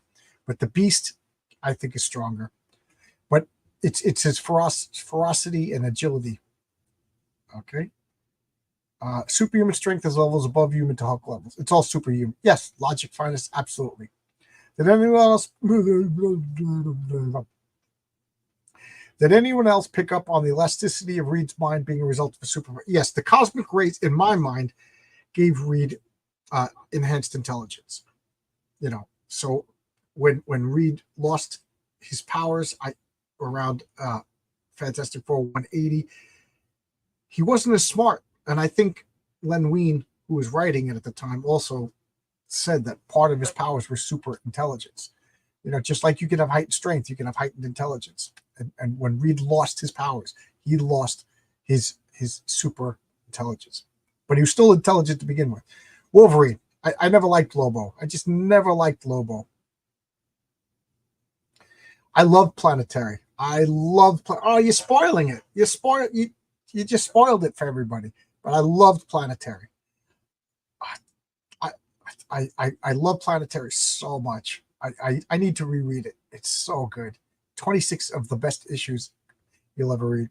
Wolverine is a good fight, but not a city-destroying level. Yes. Like when it comes to like the street level guys, Wolverine is like he's the border between street level and super level. Like I think he would beat Batman. He would beat Daredevil. But I don't think he would beat Spider-Man. I think Spider-Man is stronger and more agile, and with that senses, I think Spider-Man would win. Spider-Man has been overrated since the 90s. Yes, I agree. I Spider-Man, Wolverine. You can doubt all you want. Overrated is an opinion, fair enough. Overrated, overexposed, overused. I agree with all of that. I still like Wolverine. I like him a lot, but I do agree he's been overexposed. What comic, living or great or dead, would you like to interview? What comic? Like comedian or comic person? Because my two holy grails are Alan Moore and John Byrne. If I could get Alan Moore and John Byrne, oh my God. That would be the best. But I'm not going to hold my breath. Does stretching include expanding his mind? Dude, he just tunes in, turns out, drop. Yeah. They kind of like said that his ability of elasticity gave him like the ability to, metaphorically, elasticity of his mind. You're talking about bench pressing or bodily endurance. What are your thoughts on Wonder Woman's creator, William Marston? Did you see that movie? The movie about William Marston? I think he was a fraud. I think, and he was dumb. He should have patented the lie detector. The guy would have been rich. But I think he was just a typical pervert who justified his perversions and got he got two chicks, got to live with two chicks. You know, you know, the male feminists. That's what they do. They justify their perversions to get what they want. You know, when I was in college, I'd be like, "Oh yeah, I totally understand." You know, yeah, I'm with you now. You know, want to have sex. You know, we all did it in college. I sent emails to Alan Moore's agents. I sent emails to Leah Moore, but I can't talk directly to Alan Moore. And I was hoping that, you know, I still send direct messages to Mark Miller and he responds, but I haven't been like, can you ask Alan Moore to come on my channel yet? You know, we're not that close, but I would love to. Writers and artists aren't as reachable as movie stars. Unreachable. Yes. You'd be surprised. You know, I got Jim Shooter, Tom DeFalco. I'm in talks with Walt Simonson. He hasn't said no yet. You know, sounds like torture. What sounds like torture? Did William Monster create Wonder Woman? Yep. Yes, he did. All that guy's all wrong. Yeah. Oh, it sounds like torture. Listen to all that feminine. Yeah. Oh, when you're in college, you're kind of, like I said, I like wholesome stuff. When they talk about the Dungeoneers, I'm like, that's nothing. I find out stuff that I did in my past. Dated a dominatrix for a year. I can tell you stories. You know what I mean? I laugh at this Dungeoneer stuff. It's just so stupid and nonsense. All right, so let's look at Fantastic Four 375 with this ridiculous gimmick cover. The Rise of Doom.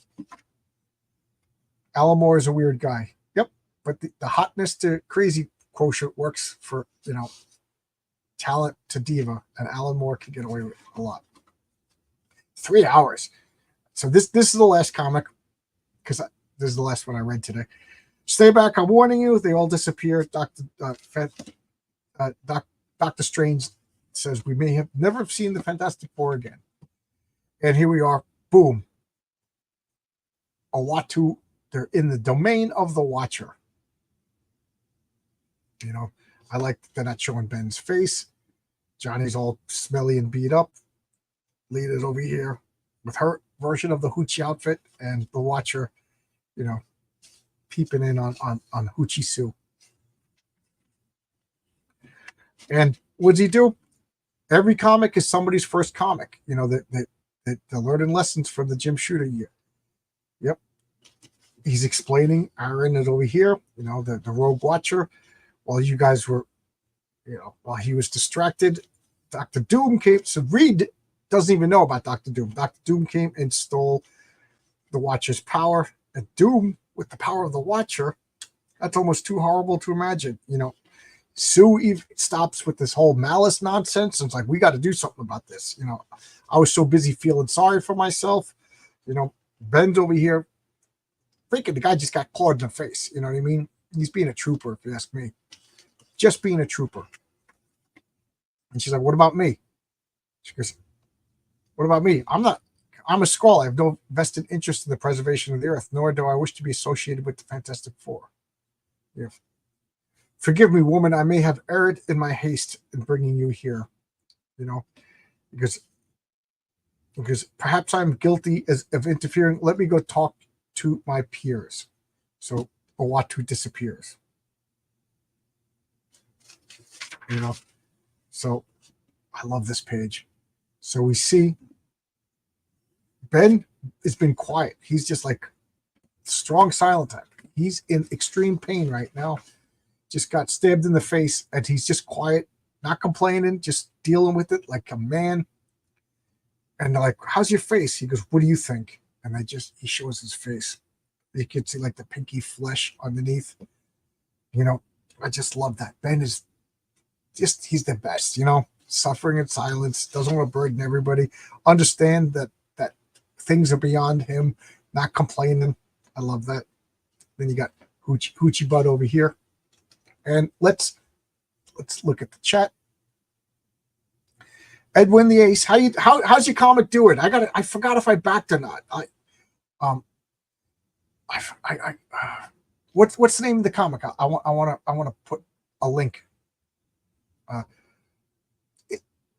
Ace on Indiegogo for my comic. I forget, but I got to see if I backed your comic. I back so many things, and sometimes I forget.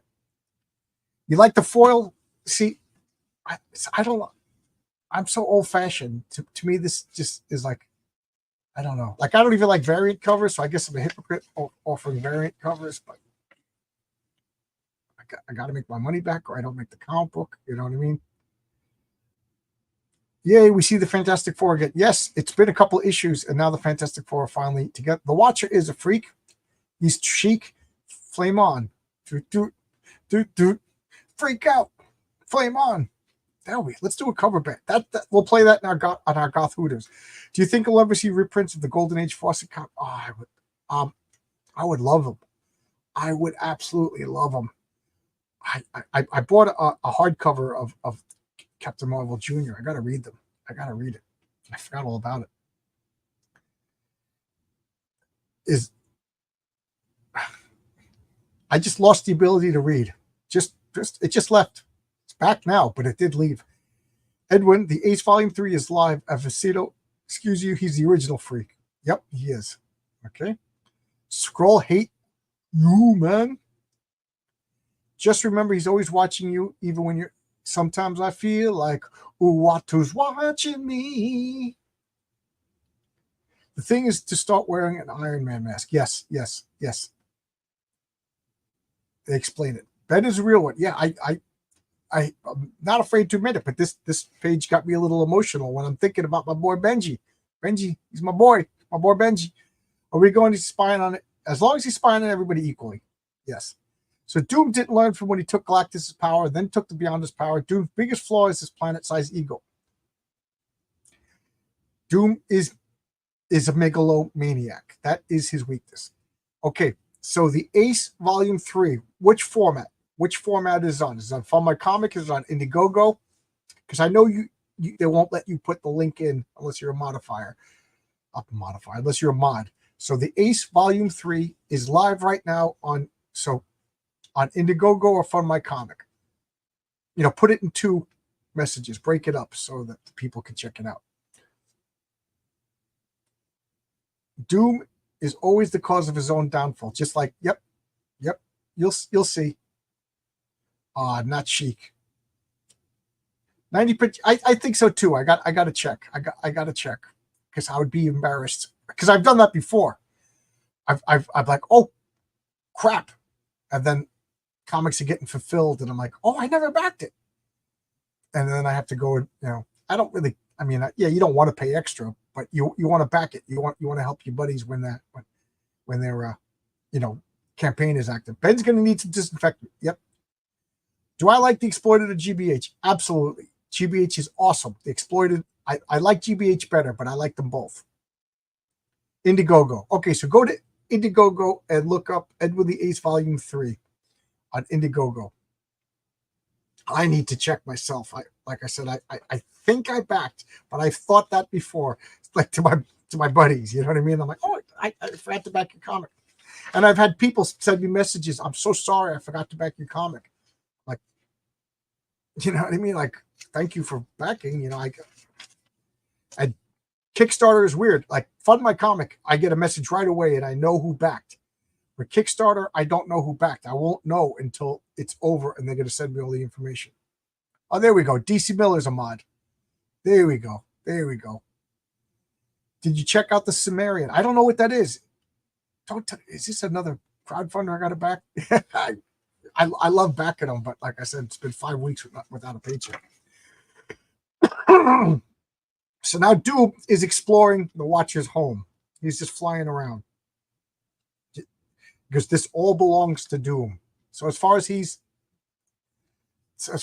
concerned, he's checking out his inventory. He's looking at everything.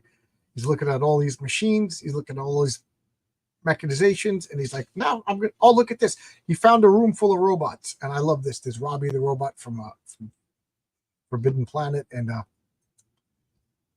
why can't I think of the name of that show? Oh dear! Dr. Smith, but all of these robots. He found all of them. And now he's going to turn on the robots and attack the Fantastic Four. Meanwhile, the Inhumans are taking this flyer over to see what's going on. They saw a missile hit the Watcher's home. So Gorgon is going to stomp. I love this. This stomp could shatter mountains because they can't get into the Watcher's house. There's no front door. So boom, boom, boom, boom, boom, plink. It's like the structure's unharmed. So Karnak's like, let me study it. I'll karate chop it, and his hand goes right through it, and he gets pulled through. Looks like our arrival has been anticipated. Oh, I'm not showing it.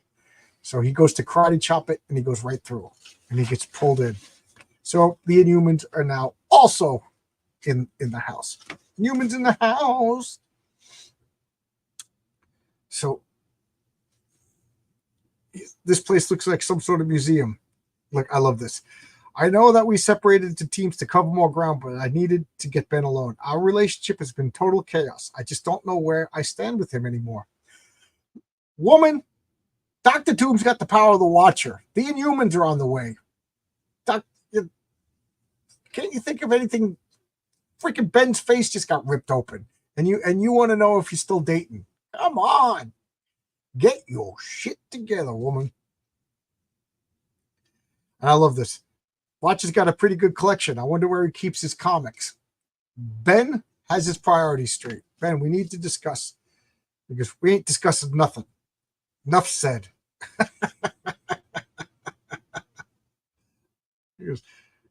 Because the answer is obvious as your transparent plans to avoid me. Ben, I know I went to Doom when Reed failed me. Sooner or later, you're going to have to start dealing with me. Yeah. I got a hunch it's going to be much, much later, lady. And then a robot attack, much later. So now he's fighting robots, and the robot hits Ben right in the face. And Ben screams. When was the last time you saw Ben scream? And I love this. Sharon Ventura says, for the first time, she's not thinking about the relationship. She says, I've never heard Ben cry out like that before. His pain must be unbearable. I can't allow this to continue, but this creature is ignoring my strongest blows. Stop it. You're killing him. So Ben's face is vulnerable. The armor isn't protecting him. He's in pain. And then he's in so much pain, he's unfocused, and the robot's just smashing him around. So she, like a good girl, she turns around and just, causes the robot to get distracted. And then Ben just takes a pillar of Watcher metal and smashes right through the robot. And then we cut to Johnny Storm and Elijah. But I will check out the comments. Somehow I'm a mod. Yeah. I think you were one of my first mods. Lost in Space. That was the name of the show. So the Watcher is also a thief. Interesting.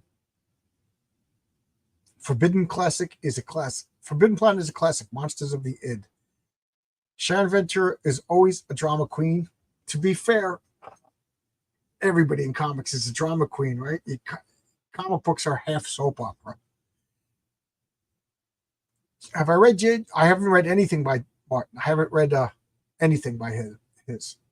And I'm not reading Game of Thrones until that fat guy finishes those books. Ben never screams like that at home. That's because he always liked the coffee. Throwing salt in the wounds. Good to see that you still hear some person. What is the better ending for Superman? What happened to the Man of Tomorrow? All-Star Superman or Kingdom Come? Good question. I don't remember the ending to All-Star Superman. I remember liking it, but I don't remember the ending. Kingdom Come. I'm going to say the Man of Tomorrow was it's like the most hopeful, right? Alan Moore was very, very respectful to Superman. Very respectful to Superman. So now, we got more soap opera drama over here. She's using her stupid laser fists to fly rather than, it would be so much cooler if she shape changed into a dinosaur bird because she's a Skrull. And now he's like, what's going on? What's your relationship with Doom? I can't let Doom kill you. That honor is mine, blah, blah, blah. And he's like, no, you still like me. All you're doing is distracting all the bad guys from doing a killing blow. Why are you doing this? Because I want to know about our baby. You forfeited any parental rights to the baby, and I forget what happened to the baby. You know, this quarrel is tedious under the circumstances, for I am Doom. That is like the answer to everything. You know, your girl's pestering you. I'm like, oh, what's going on? Where were you the last Thursday night? This is tedious, for I am Doom. Just say that to any girl. Just say that to any girl. Emergency alert. A flash flood emergency is in effect for this area until 4:30. Okay, there you go.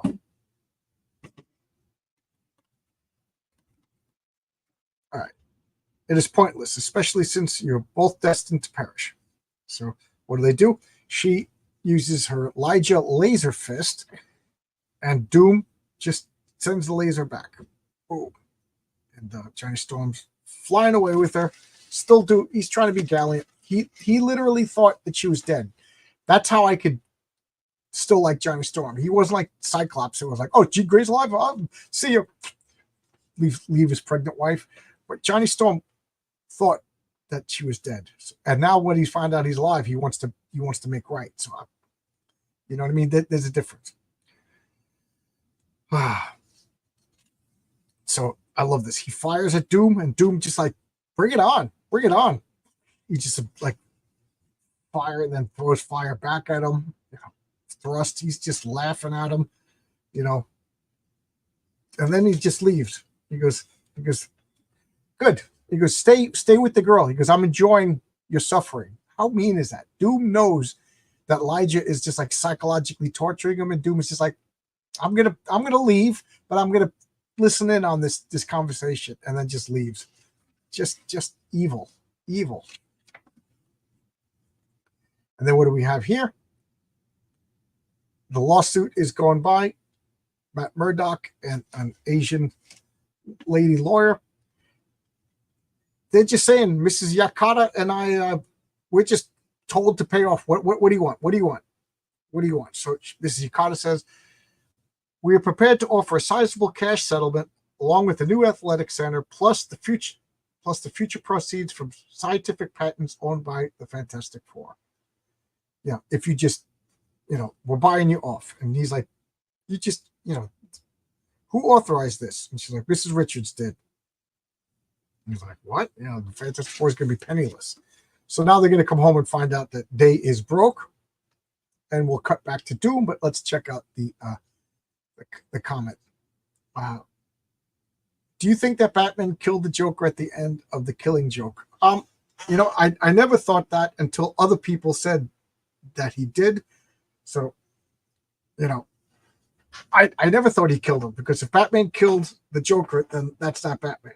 As much as the Joker, if anybody deserves death, but as much as I hate the Joker, for Batman to kill the Joker, it has to be in the moment of battle. To just break his neck like that, then that's not Batman. So I don't want to think that Batman did it. So there's my answer. She kills the baby. It's born a blob of sheep. Oh, I know I read it, but I forgot it.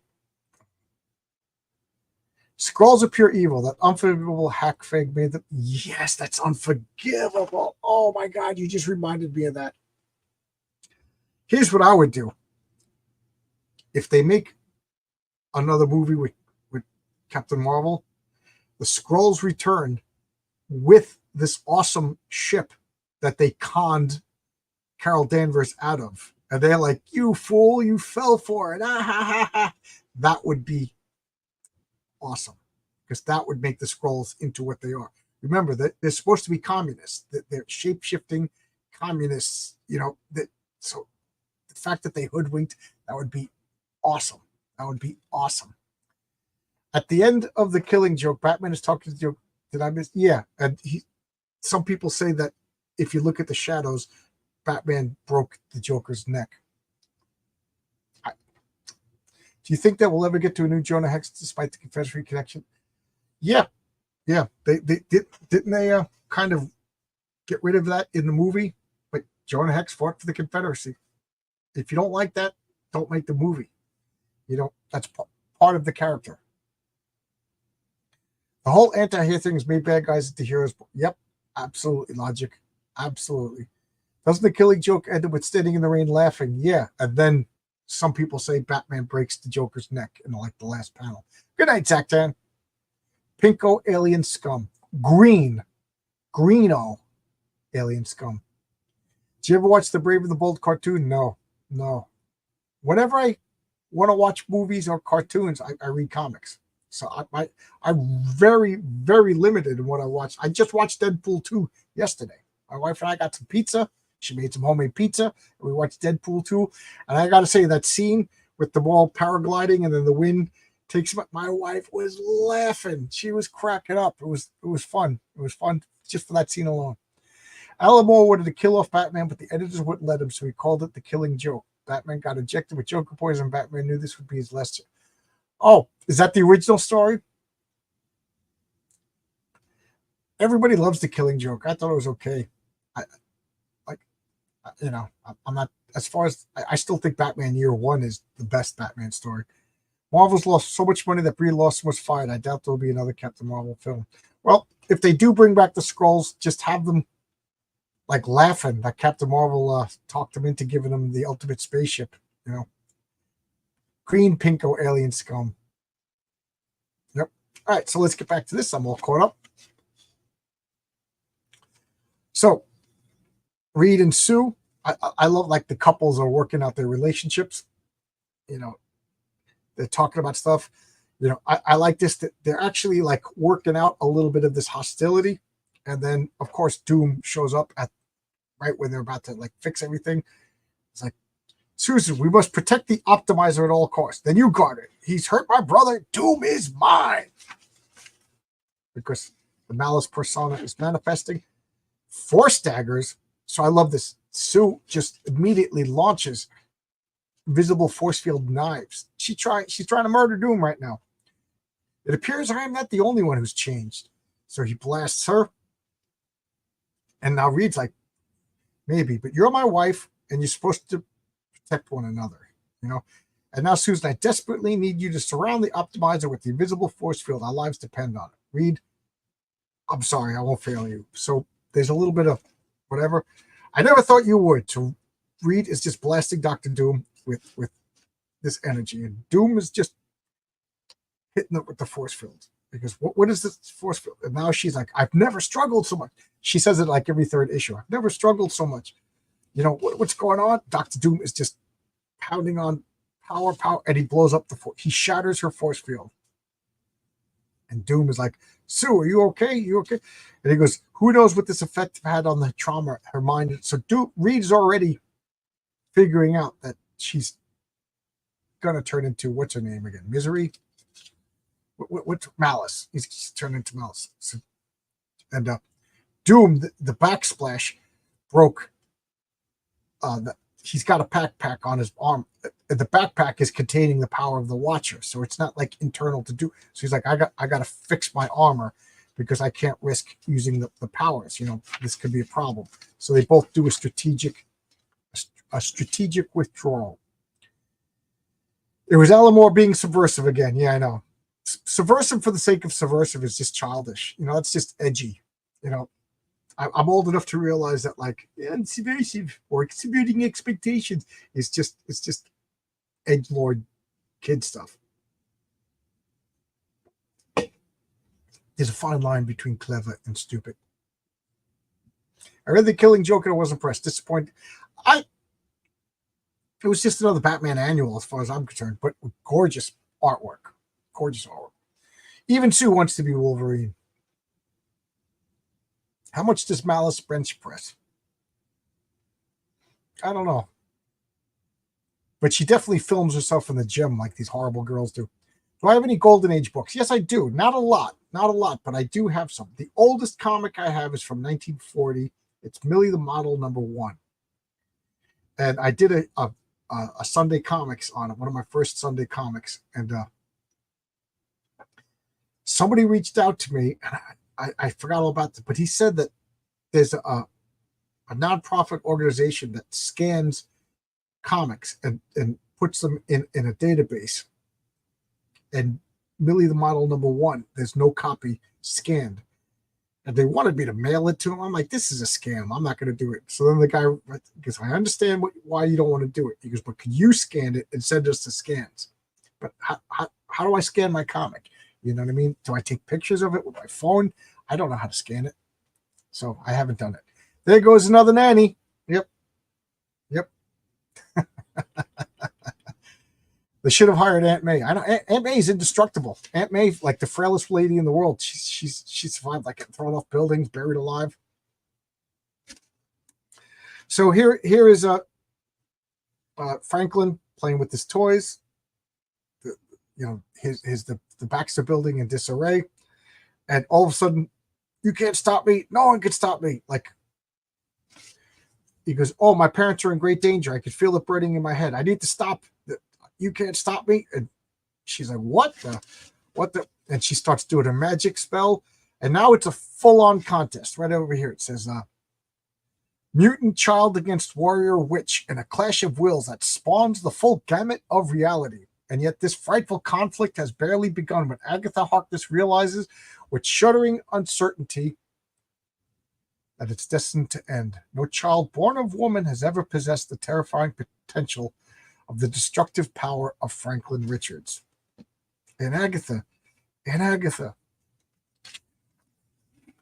now we cut to the Ben. The Ben is now wearing armor because of his face. And again, I missed this issue, but I read the issues after this, and I always saw him wearing the armor, and I was always like, is it vanity? But no, it's necessity.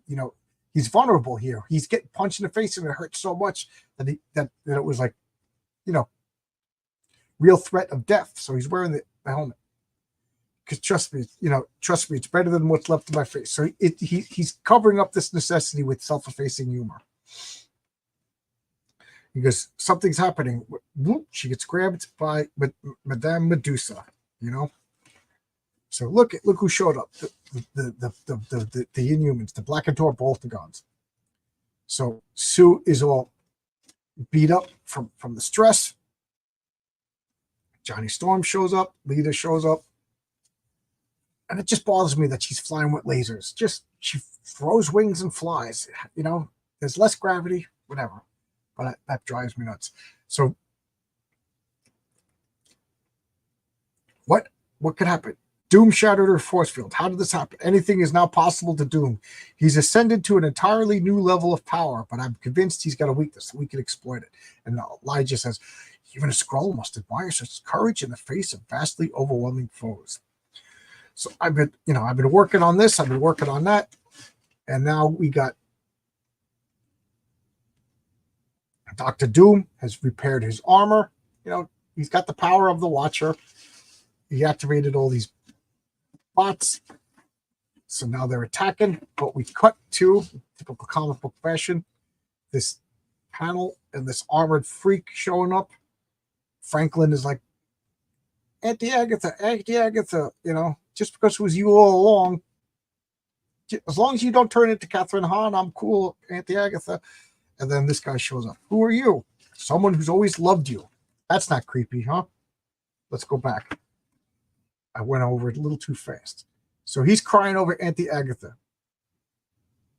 She's going to live. Who are you? Someone who's always loved you. Yeah, that's not creepy to say to a 4-year-old boy. Now we got full-on battle sequence. Full-on battle. This is just 90s comics in a nutshell. We got Hoochie Sue. We got Elijah being all sexy over here. We got Reed with a gun. Johnny Storm with a jacket and pouches.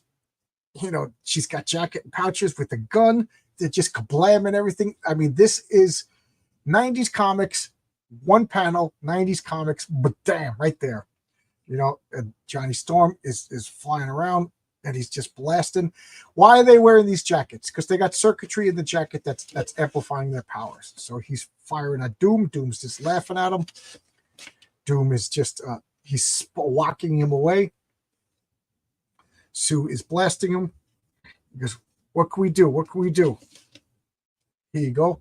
Those of you who like her costume, you can really check out these bitchin' abs over here. as Doom is just blasting everybody away. The problem is Doom is still, he's got the powers of basically a god, but he's still thinking in human terms. So Doom, he just ends the fight right here. And he goes, spoken like a megalomaniac. Unfortunately for you, both the optimizer you have just destroyed and the one that you incinerated were merely decoys.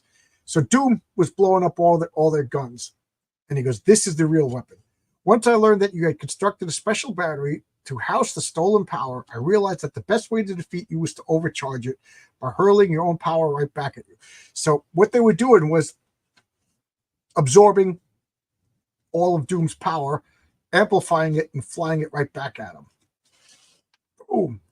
Hoping that blows up. Because remember, Doom's armor is housing the Watcher's power.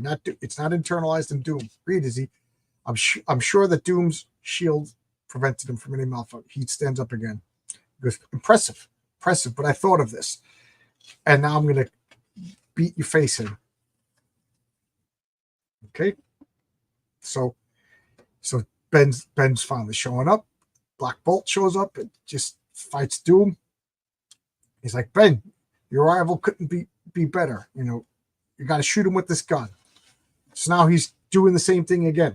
You know, because you got to fire him. So as he's shooting him, it's calibrating his energy. He goes, this guy's got a kick. I like it. So he's like, do you really think that you could do this again? He goes, and he's like, the problem with it is that I was counting on Sue's force field. Sue's force field is out right now, so I didn't have enough power. We got to just keep at it. And Doom goes, okay, Sharon Ventura, attack. She's like, what? And he goes, you know, because Doom is on the ropes right now. Attack. And he's like, Doom, he goes, do not hesitate. You must be obeyed. He goes, everything the others have said about you, it's true. You're a monster. So she turns to the side of good. Doom is like, what's going on? Now, okay, that's what you want to do. You'll die with everybody else. And Ben's like, in the middle of the fight, you were spying on us for Doom? It's like, he cured me and he said he was going to cure you. And Reed's like, we don't have time for this. The optimizer, we need to optimize it. He's like, Black Bolt, shout into the optimizer. And Black Bolt's like, what? And his fear has driven him insane, Dr. Richards. A rightful ruler does not speak. His whispers can reduce mighty mountains into mere rubble. I just want to finish this up and I'll get to the chat. Here's Black Bolt. I am fully aware of your ability to harness free-floating electrons tied to your speech center, and that any attempt to use your vocal cords could trigger a disturbance of cataclysmic proportions. Trust me, there is no other way. So I love that. This comic is just like such a deep understanding of all things Marvel. It's so good. This cannot come out now because this is a guy who knows his Marvel comics.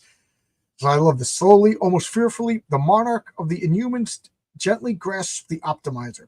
Since birth, he's been indoctrinated with the necessity of keeping silent.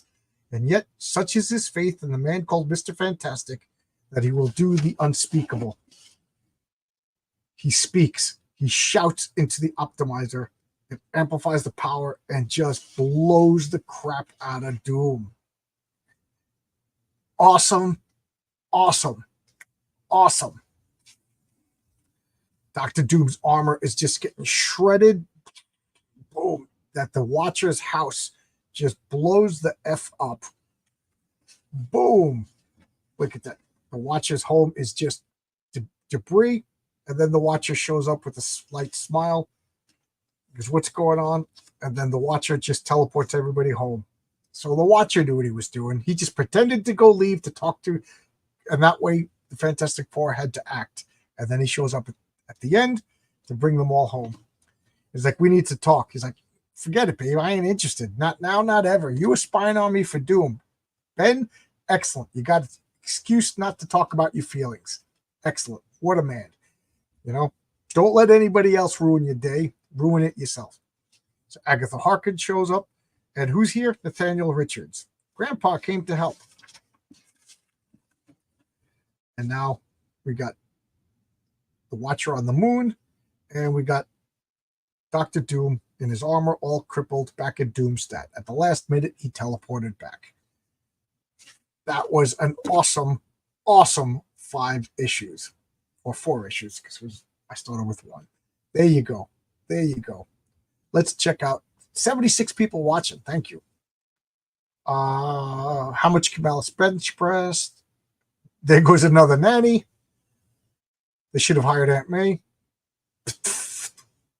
Aunt May is made of thing rocks. Hey, Rob Wilson Arts. How you doing? Hey, John, I like this Fantastic Four run you're reading. To collect this, what issue should I start with? 370. 370. You could start with 370. And these are like, you can get these at dollar bins. You can really get these at dollar bins. That's my crazy hair. Tony Grigo, what are your thoughts on what Marvel did to Frank Castle? Childish. Absolutely childish. If Stan Lee was alive, he would have yelled at them. You know, absolutely childish. To do such a character assassination on a well-established Marvel character. Why? Because the right-wing people, it just shows me that Marvel's beyond fixing. To do that, just it's proof. It's not a business anymore. It's not there to entertain people. What is it? I don't want to have anything to do with Marvel anymore. Do you see the Rebirth Marvel Universe have Franklin fight the Molecule Man? There you go. Oh, it's a bandage. I read Superman Red Sun. It was so better than the animation, at least. The animation I got caught off. Mary Sue Wonder Woman beating up Superman while browbeating. Yeah. Doesn't sound like anything I'm interested in. Wonder Woman has been a strong Superman for some time. I like Superman being stronger, but then again, I'm an old-fashioned male chauvinist.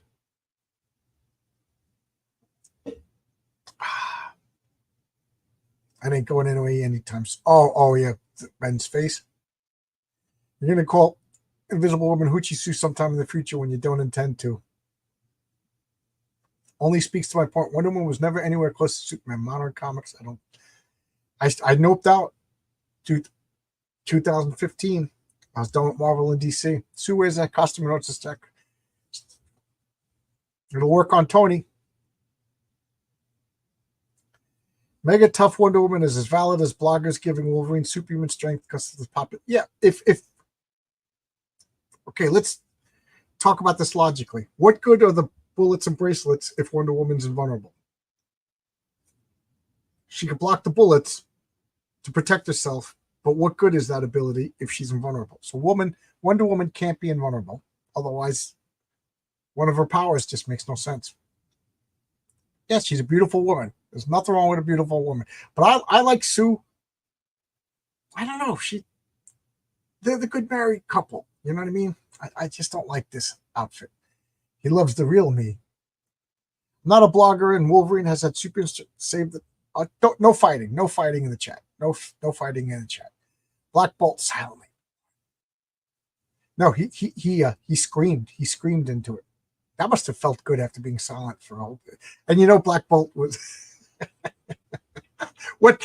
This is your chance. Black Bolt's been quiet. How old is Black Bolt? 40 years old? 40 years old. So for 40 years, he's quiet.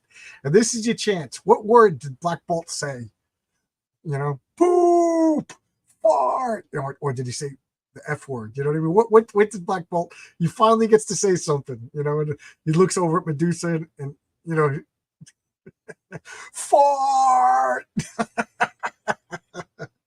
I went looking for Wolverine straight stats. So only saw super instinct.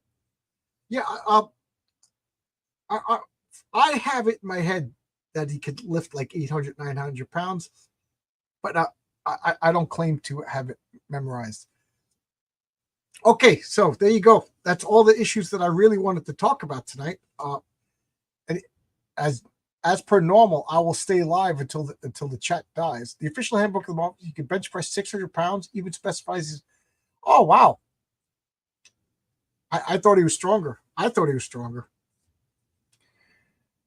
This era of FF was ridiculous. Hey, we were just talking about you, Dave Brink. We were just talking about you. So, it's been a while, but if anybody, Dave, you want to come in? You want to come in and talk? This is an open invite channel stream, and nobody's taking me up on it. Because I've been talking for 3 hours and 40 minutes, so I don't know how much more I could talk. I'm not one of these people who could talk for 6 hours on a stream as my jaw pops. So, anything? Dave always shows up after the compliment. Yeah, he, like me, he can't take a compliment. So, there you go. This was fun. This was Comics Great 1. I don't know how often I could do this. You know, I obviously I won't be able to do this. I won't be able to do this when I'm back to work. Dave says would love to join, but he's got to go to work. Yeah, go to work. Got to go to work. But nerd arguments are not fun. Okay, good. As long as you're not fighting.